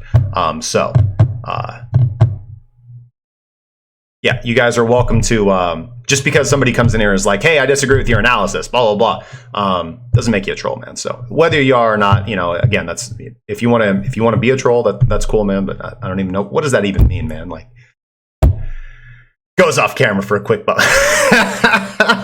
Stop it. Derek. What's funny is I'm a little amped up, which is funny because I didn't sleep at all last night. Just couldn't sleep, man. We're moving around. I got the new office going on. So, but just could not fall asleep last night. Didn't have a lot on my mind, but just one of those nights, man. Packers suck. I'm not even a sports fan, man. I like hockey.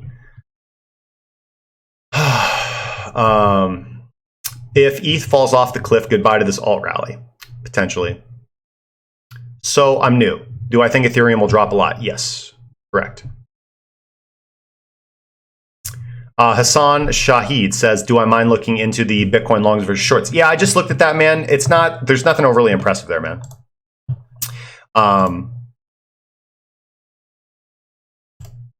So here's the shorts. And again, classically, once you drop below into this area of shorts, you do typically fall a long way. But again, the longs to shorts ratios on for BTC is almost absolutely flat. So let's look. We'll just do this. Okay. It's 1.04. So there's 1.04 longs for every one short on Bitcoin. It's flat, dude. There's nothing to be said for this. Nothing to be said for this. And that's not overextended. It's not over. The only way you can look at this is a trending indicator. And since longs are on the decline in general, and because price is almost at equilibrium and the sentiment is almost at equilibrium, you can't really take any kind of deterministic idea based off sentiment data here. When sentiment data is flat, technical analysis becomes king.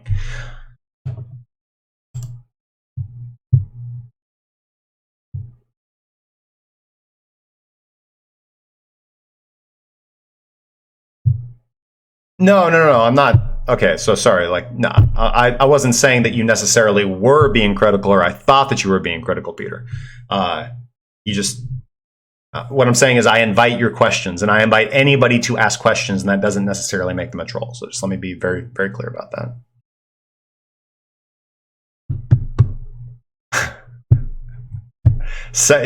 Contact at krakencryptocurrency.com, man. XFAX position 68 says, thank you, I have to learn you tech language. I will pick up pass. Not sure I fully understand what that means. I try to use non-technical language.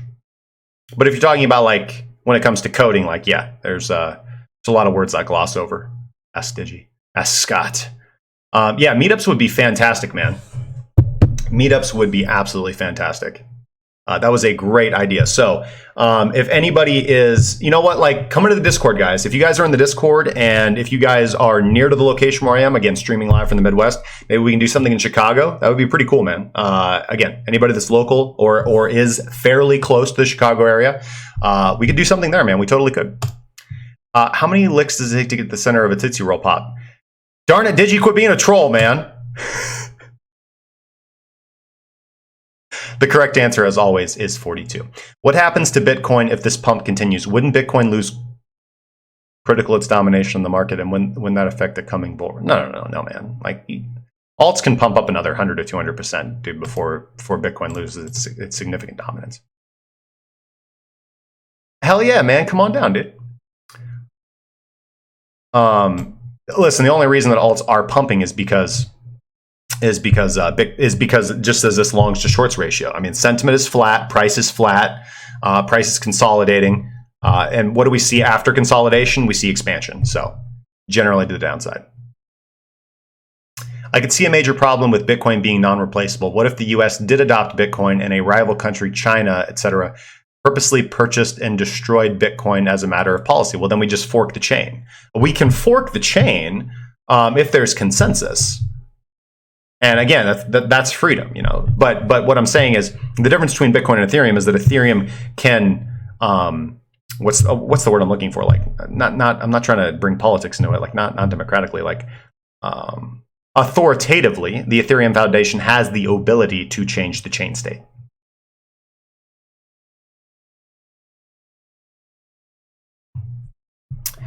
Did I see the Doge bump?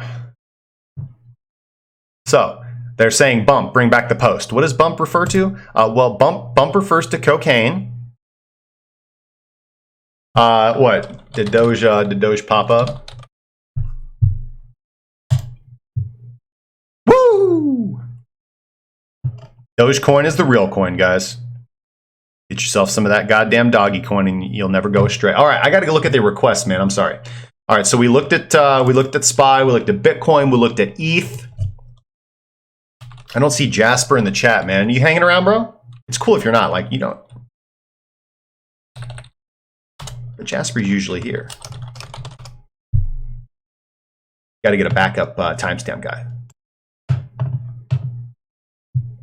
Michelle Anders. Thank you so much. Thank you so much. I highly appreciate that.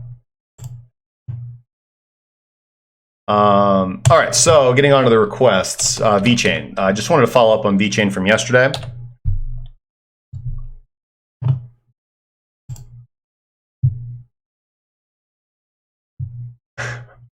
I had to explain. Okay, no. That's a well, yeah. I get what you're saying, but I don't use substances, man. But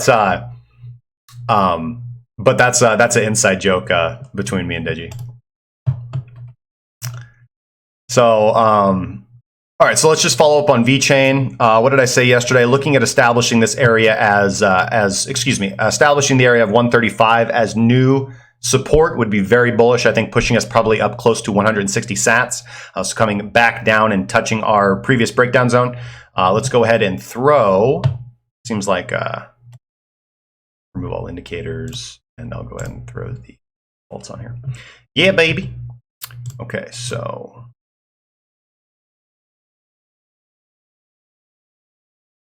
Yeah, very nice volume profile. Again, you cannot look at this as significant rejection as long as price is still technically above 128 right here, and we consolidate at this higher level near resistance. Again, this is probably going to have follow through. Again, since you don't see, if you generally with altcoin pump and dumps, what we see is a pump and you just immediately give it all the way back to the market. And although this is a fairly volatile move from a fairly low sat coin, again, we're still holding on to that upper level. I still remain tentatively bullish as long as price is technically above our invalidation zone right here, above 125. Now, again, I'm not shilling VET or anything like that, blah, blah, blah, blah. I'm just saying this technically looks good. Just as I said yesterday, having a little bit of a pullback like most of the market is. Let's let this cool off. Let's see if we do establish at least 128 as support.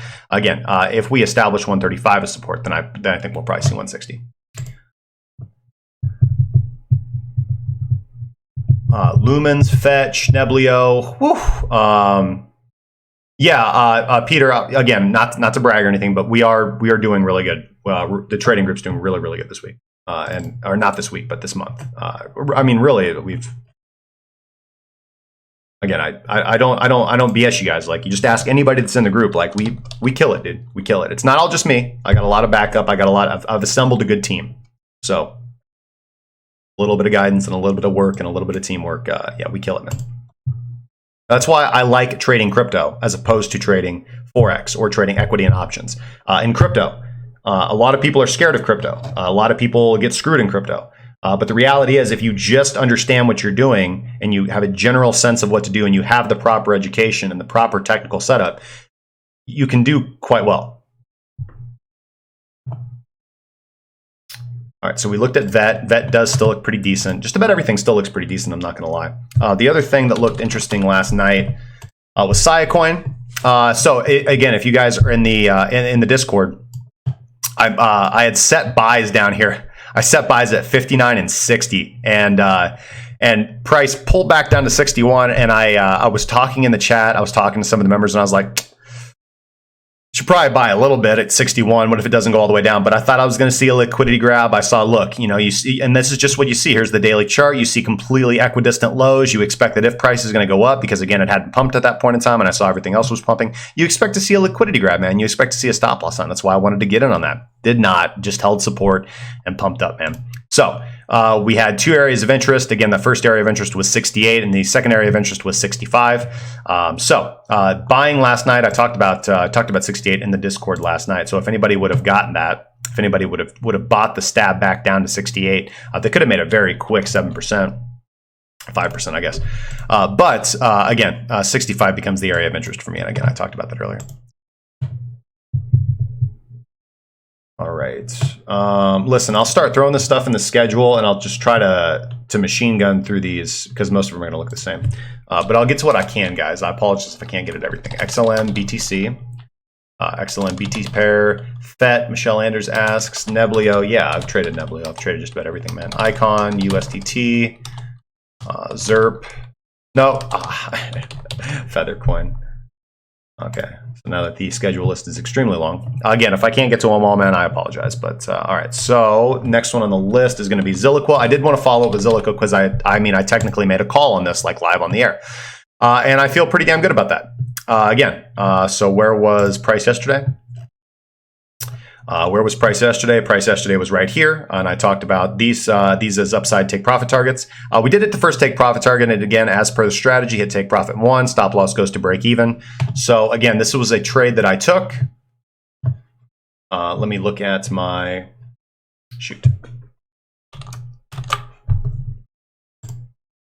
trade results here.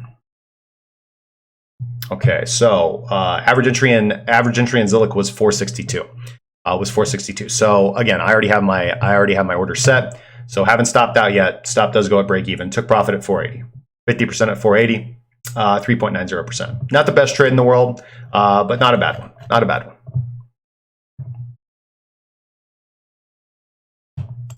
So we'll just wait and see. This one did pretty much give it all back to the market. So this does look like your traditional pump and dump as opposed to the other altcoins. So, but again, it looked good yesterday.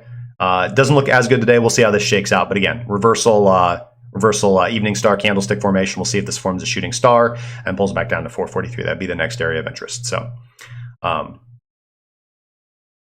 but overall, it doesn't look in the grander sense of time, in the grander sense in the greater scheme of things, doesn't look too terrible, man. I mean, you have this nice consolidation down, you have support, you have a nice spring, you have a nice little consolidation below support, and then a pop back up and a reestablishment of that level. We weren't able to establish the next level of the resistance as support. That level is going to be 480. So now we got to see some consolidation above this level or the next leg of alt season. All right, done with Zilliqua. Moving on to TRXH19. Listen, here's the thing.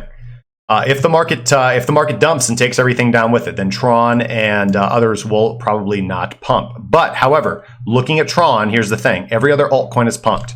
Look at Tron. Tron's been in a downtrend and now it's sideways, right? It's sideways at previous resistance. It's sideways at previous resistance. Now, TT has thrown up multiple buy signals right here and here. Wouldn't have been fantastic for you, but we are throwing up a buy signal right now in a level of consolidation in my buy zone that I talked about. Again, TRX is one of 2 altcoins that has not pumped yet. So when everything else is registering 50, 80, 100% gains, I look at what's being quiet. If you've missed out on these pumps, you should probably look, instead of trying to buy market tops, instead of already trying to buy something that's already gone up 50% and has the likelihood to get sold into, why don't you look at what hasn't made a move yet? All right. Now, I'm not saying that TRX is for sure 100% going to pump, but I do have a position in TRX, H19. I think that it is likely, based on everything else, statistically, just looking at mean reversion and looking at sector-wide analysis, likely to make a move as well. It's being too quiet. So again, daily cross up. Let's go down and look at the lower time frames that I generally trade right here.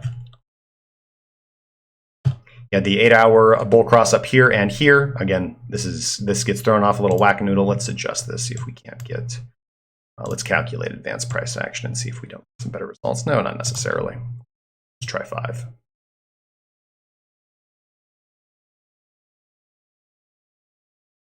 Yeah, so we'll just leave it the defaults. Let's leave it the defaults. We do get a little bit of regular bullish divergence here, which is good to see. Again, we do see a nice little movement above that. Really, the area to be watching here is 583. See if we can reestablish really this consolidation level as new support. So again, we have a down movement. We have a little bit of consolidation. We have an attempted break above our consolidation level, immediate rejection, and then a test of recent lows. Let's see if we can get back above and establish this level of support. I think if we do, then these targets shouldn't be too bad. Again, TRX should pump with the rest of the market, and it hasn't made its move yet. So that would be my take on it. So take that with a grain of salt. Again, if you want, I do have a position in TRX. So every time that I do have a position in something and I do analysis on it, I do like to disclose that.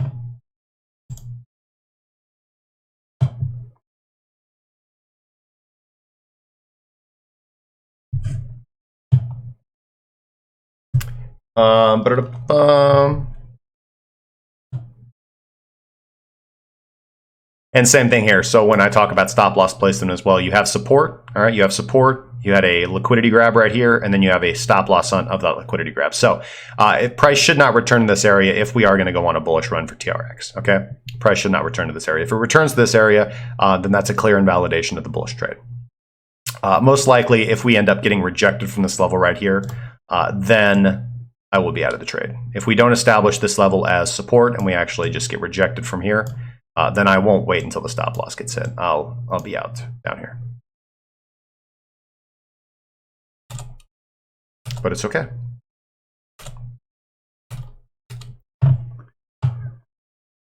Pablo, no, I haven't. Let's go to Zek. So again, sorry, there was a little clog in the machine. Zcash was not able to make lower lows. Zcash was not able to make lower lows. You can see sometimes analysis is completely wrong. Zcash was not able to make lower lows as previously scheduled. So the last time that we saw a breakout of this level right here, we did just completely get rejected down. So I was looking at the daily breaker. Daily breaker didn't break. In fact, daily breaker broke the price all the way back down, back into the falling wedge consolidation pattern right here.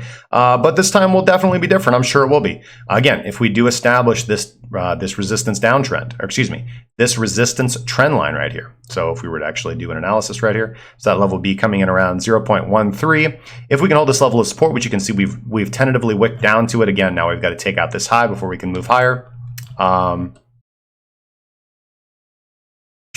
don't know. I want to be fundamentally bearish on Zcash since it has burnt me once. I didn't say burnt me. I mean, we were out of the trade long before we actually hit the stop loss because of the break back down into the consolidation period and the invalidation of the breakout. But I digress.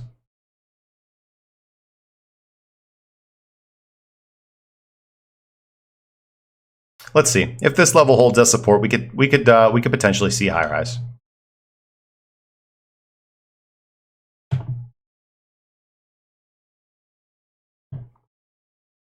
Ion, you probably missed Ion, man. I saw a lot of groups shilling Ion, and it went on a nice run, just like everything else. What's next? Lumens.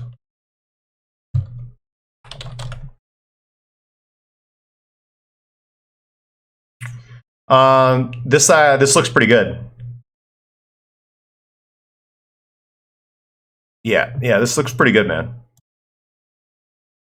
Nice love, nice. I mean, just nice long period of sideways consolidation right here, and then a break on high momentum, getting over your previous. Again, this was the level that I was talking about. This was the initiation level, and right here obviously was the resistance level I was talking about as well. You've broken above that level. You pull back to retest it twice on 2 daily candles, and now you seem to be consolidating a higher level.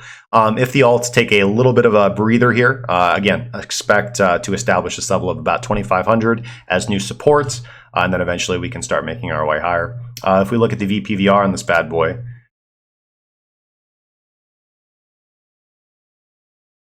if we look at the VPVR on this bad boy, we can see, and this is exactly what I talked about yesterday, very nice, very clear gap right here. Very clear gap. All right. Very easy gap to trade.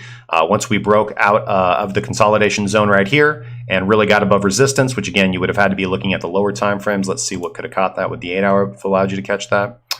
No, that probably would have faked you out because again, you see a high volume.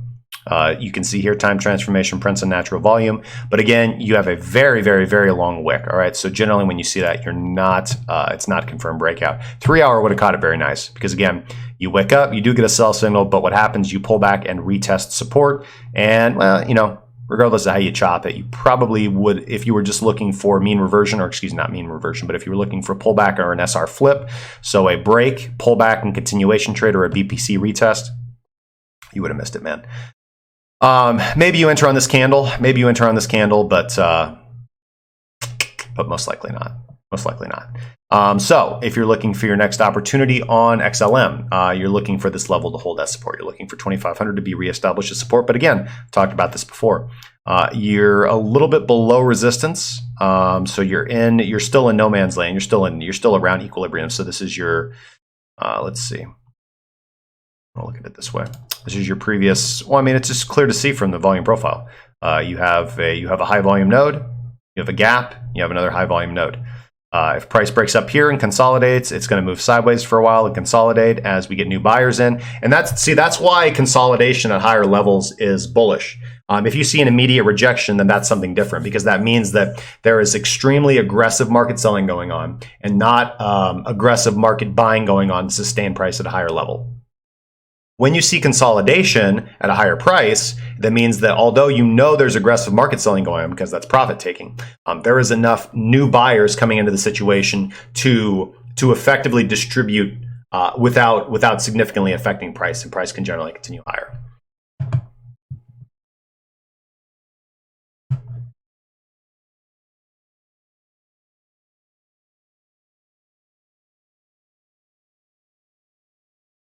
And the lack of sleep is now starting to catch up with me. Next is going to be, so look for 2,500 to hold as support, and we'll check on this in a couple days. FET, BTC. Da Vinci traded FET like a charm, dude. He caught this. He's got his own channel on our Discord if you guys want to go check him out. Daily buy signal. Let's see here. Going down to the 8-hour chart. Let's get rid of volume here real quick. Sorry. Look at the naked chart. 8-hour buy signal would have done you really well here. Not so well on these, obviously. Sorry. Let's see if we can filter out some of these signals.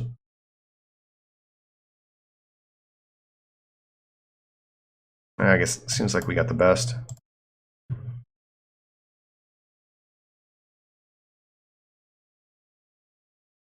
Bullish divergence right here. Bullish cross.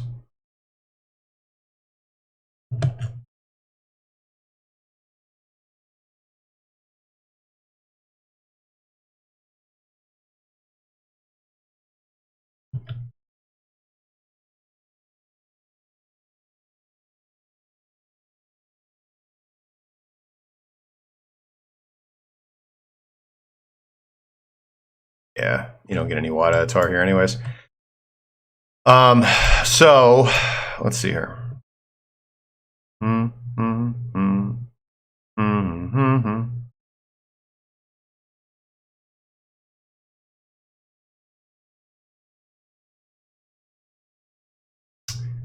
I mean, Anything that I'm going to say is going to be speculation, man. It's too fresh.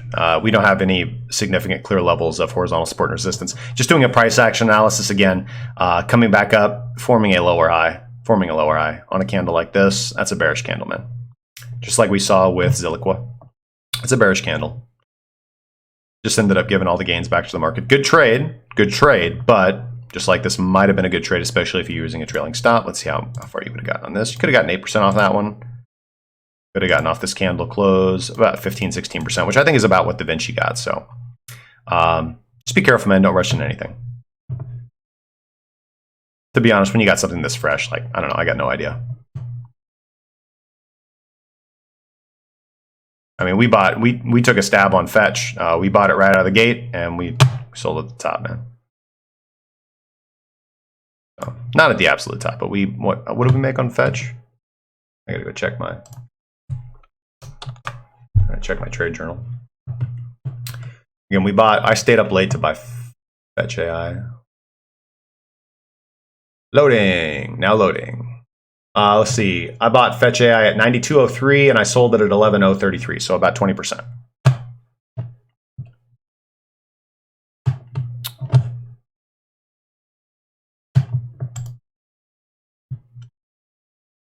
Yeah, I don't got a strong opinion on this, man.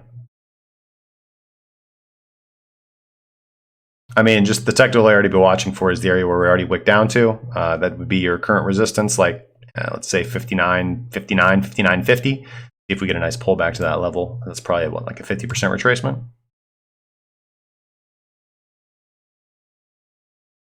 Yeah, like a 50% retracement.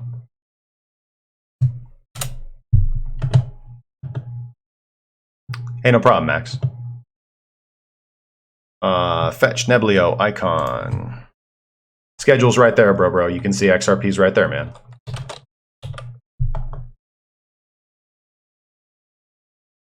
Same thing. Same thing, man. Had a nice bullish run. We talked about Neblio here. Yep, hit 2 of 3 take profit targets. Initiation level, stop loss. Sorry, that was actually resistance. This was the old trade.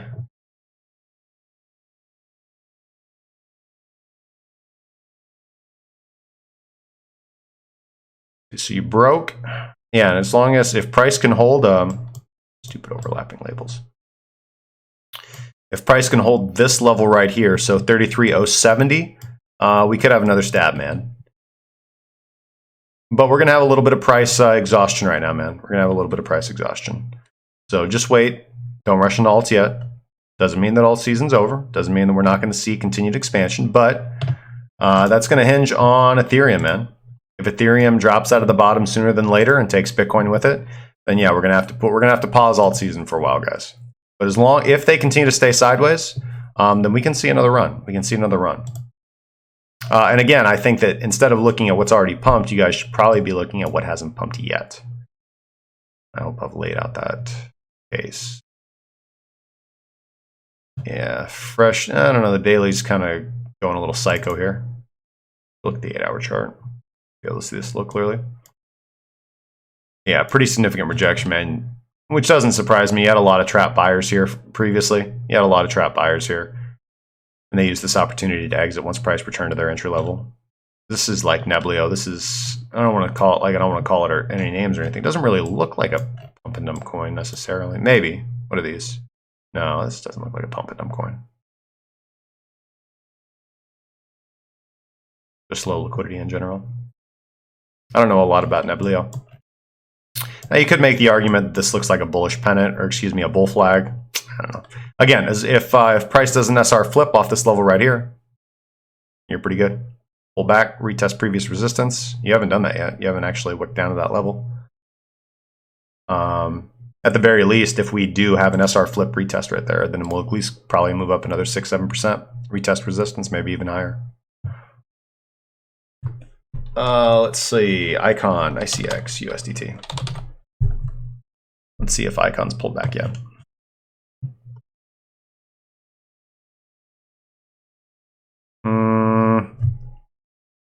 Nah, I don't like this one as much, man. I don't like Icon as much. What were we like? A couple cents short of that take profit target right there?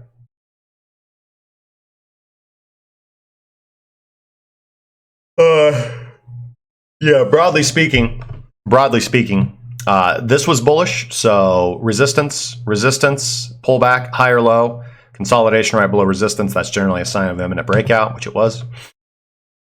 Over here, I think this was live on the stream and everybody was buying into this, and I laughed at them.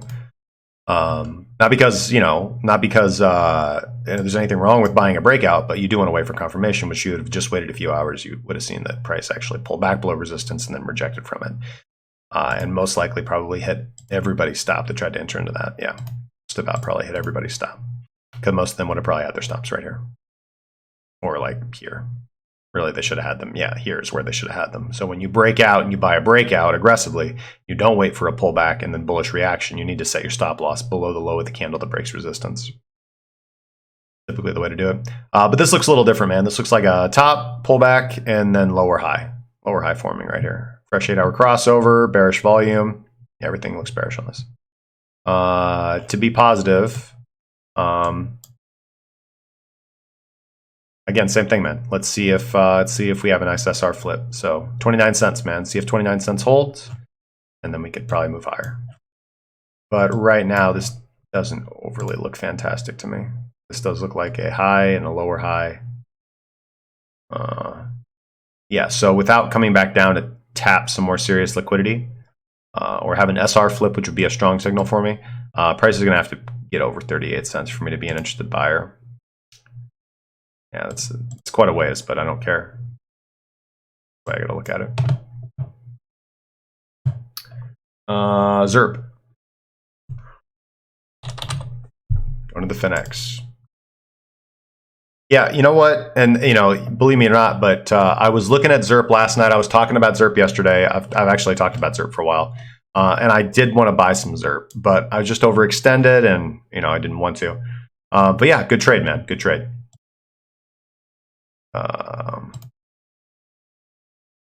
Wasn't really able to do anything, man. I mean, unfortunately, this is like that same behavior that we've seen from ZERP. It's much clearer on the BitMEX chart, but whatever. Well, if I'm being logically honest, I have to draw the trend line here. Yeah, it's a little cleaner on the BTC or the USDT pairing, but whatever, we'll do what we can, man. That's bollocks.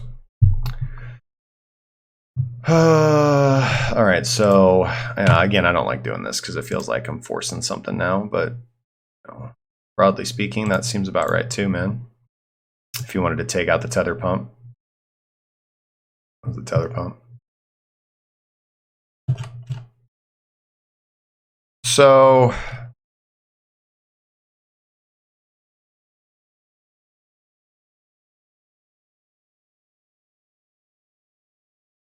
lot of people are going to see something like that, most likely. You guys know how I feel about chart patterns, but yeah, no volume, man. No volume. So indicative of consolidation, but this needs to do something a little bit more impressive, man. Maybe you could say that. Maybe you could say we're forming like a. I don't know. Look at that. Look at that frolicking llama pattern, man. Frolicking llama pattern. Bullish, man. Bullish.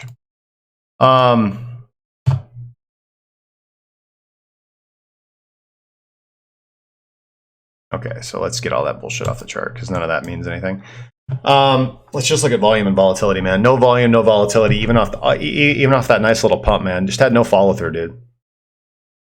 Let's go look at the 8-hour. Yeah, 8 hours just giving it back, man. Like if we pulled back and then started marching higher, I'd be like, okay, cool. Well, we chewed in, we grabbed liquidity.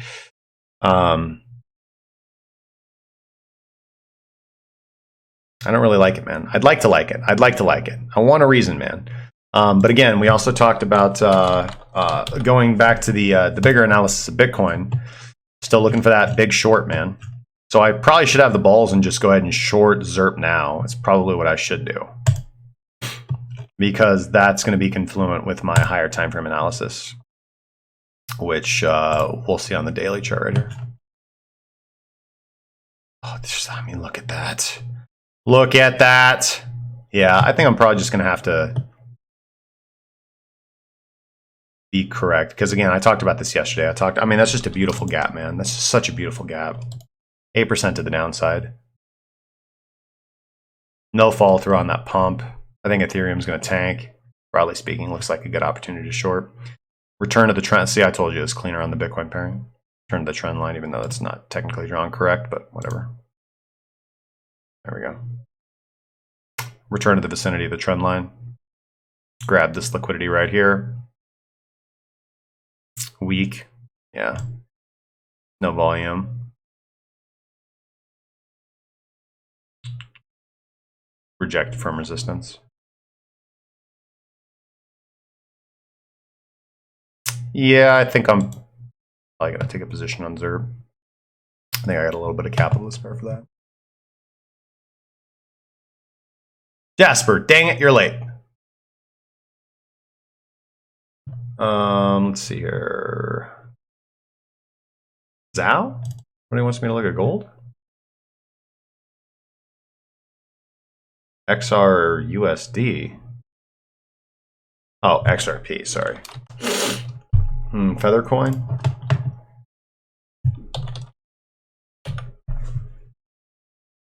I haven't looked at this shit in forever. Feathercoin actually looks pretty good, dude. Yeah, it looks good. Consolidation at resistance. Test, higher low. Follow through. Yeah, it doesn't look too bad.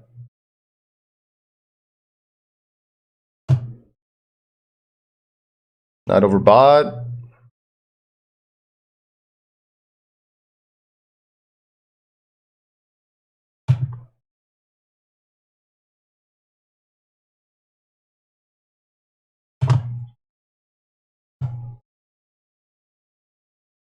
Thanks, man. I appreciate it.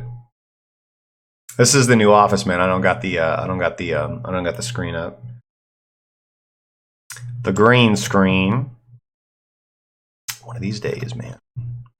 Why is that? Okay, so this happens sometimes. I got to put the new updated version of Quadriga on here.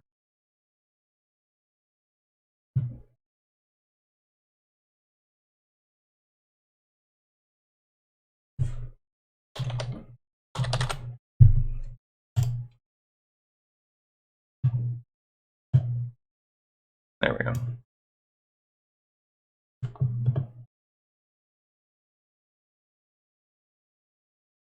I don't think I really like it that much. Let's go to the 8-hour. 364.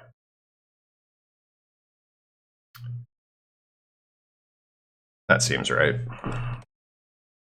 Furthest price should pull back is here.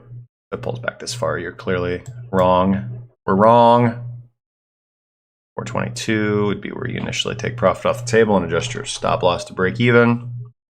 And then 446 and 469, man.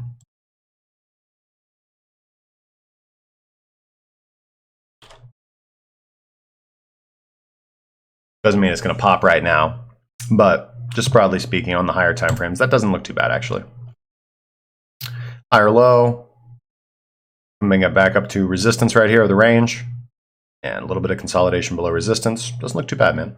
You got a lot of trap buyers right here, man. You got a lot of trap buyers, so be careful for a violent rejection, especially in a liquidity pool above resistance like that. But doesn't actually look too bad, man. Doesn't look too bad. Doesn't mean it's going to do anything, but I'm just saying it doesn't look too bad. It's not something I buy without a pullback, but kind of like the bedroom theme. Makes it more intimate. Yeah, I looked at Power, man. I looked at Power last night for one of the members, and I liked it.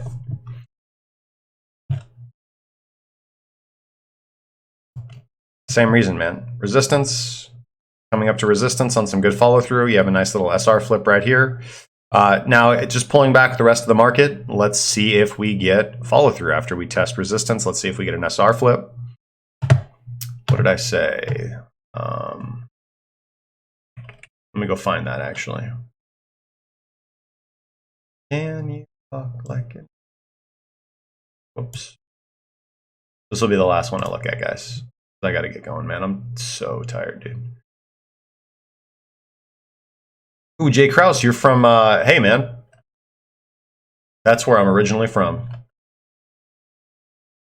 Okay, yep. Yeah, let's look at the weekly, man. Yep, here you go. This is my whole thing. Let's see. So what did I talk about? In fact, I'll just pull it up, man. Here's my...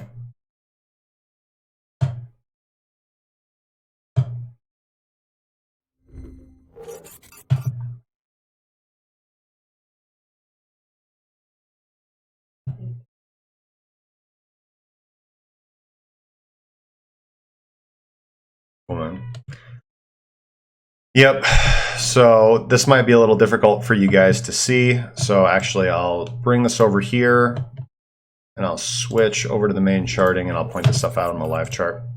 All right, so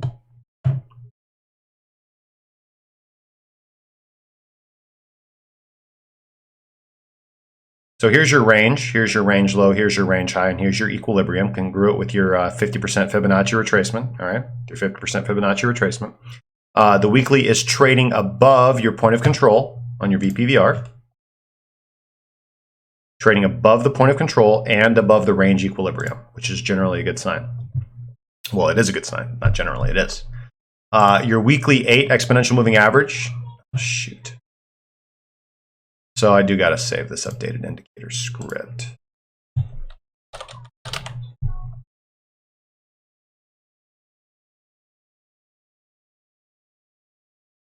Yeah, look at that. Your weekly 8 is going to confirm a crossover as long as this closes above the 21 exponential moving average. And again, price is above the weekly 21 exponential moving average.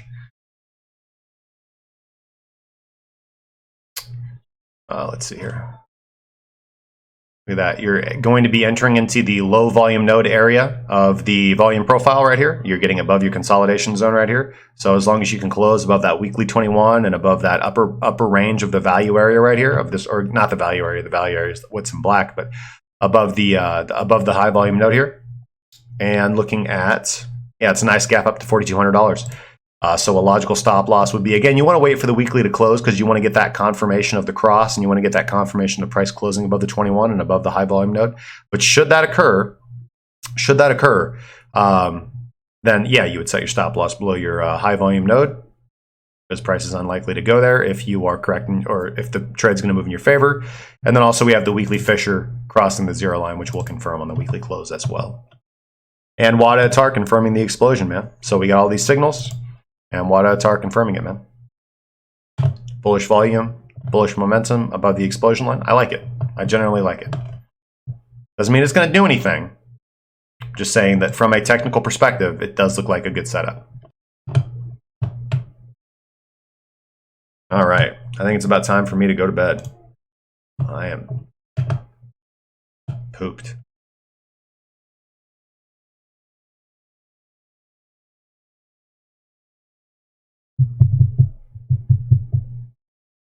I just watched Richard Hart on Crown Show talking about Bitcoin Hex. Do I have any thoughts on it? No, none at all, man. I have no thoughts on it. I've been waiting for ZERP to drop below 7,700 sats again. Yeah, I think it's going to 7,000. It's kind of my analysis. I want to buy ADA and ONT. Should I wait for the... Here, let's glance at it real quick, man. I'm super tired. No, it's cool, dude. Sorry, that sounds kind of bitchy. I don't mean to sound it that way. Cardano doesn't look too bad, man. Everybody's kind of got their eyes on Cardano. I do kind of like this, especially if this SR flip holds. But I don't know. Just let's just wait for this pullback then, man. Whether this is a day or 2 days or extended, because again, if Ethereum shits the bed, then we're screwed. Call in alt season. Call your boss and tell him, you know, hey, you know that coin that pumped 100%? I quit my job. You better call him back and ask for your job back, man. And ONT, man. ONT. Probably you want to wait on ontology as well. Actually, ontology doesn't look too bad, man.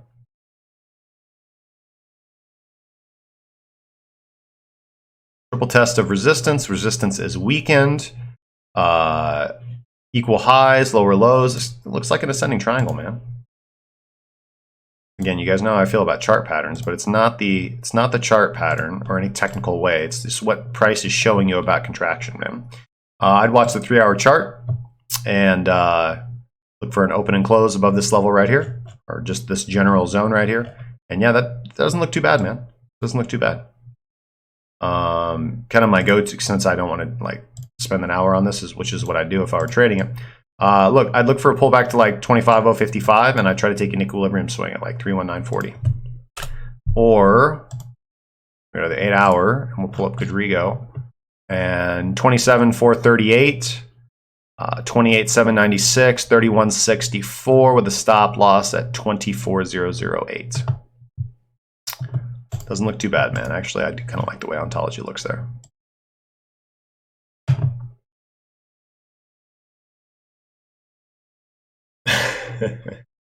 All right, guys, thank you so much for your support. Thank you so much for joining me today. It's been a good stream, man. Again, I'm kind of tanking here at the end because of no sleep, guys, but I feel I did the majority of it on some pretty good energy, pretty good vibes. We talked about a lot of important stuff today.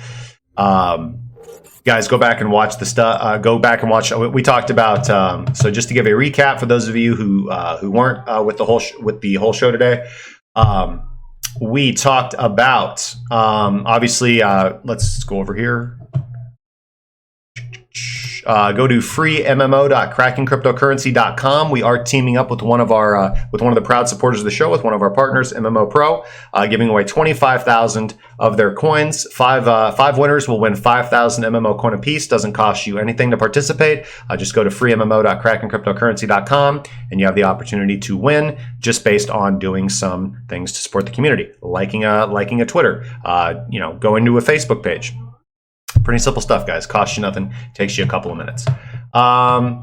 If you guys want to trade along with us, link as always is at the top of the screen, premium.crackencryptocurrency.com. Hit the like button, guys. If you want to come over to twitch.tv/crackencrypto, give us a follow or a sub on there. We highly appreciate it, guys.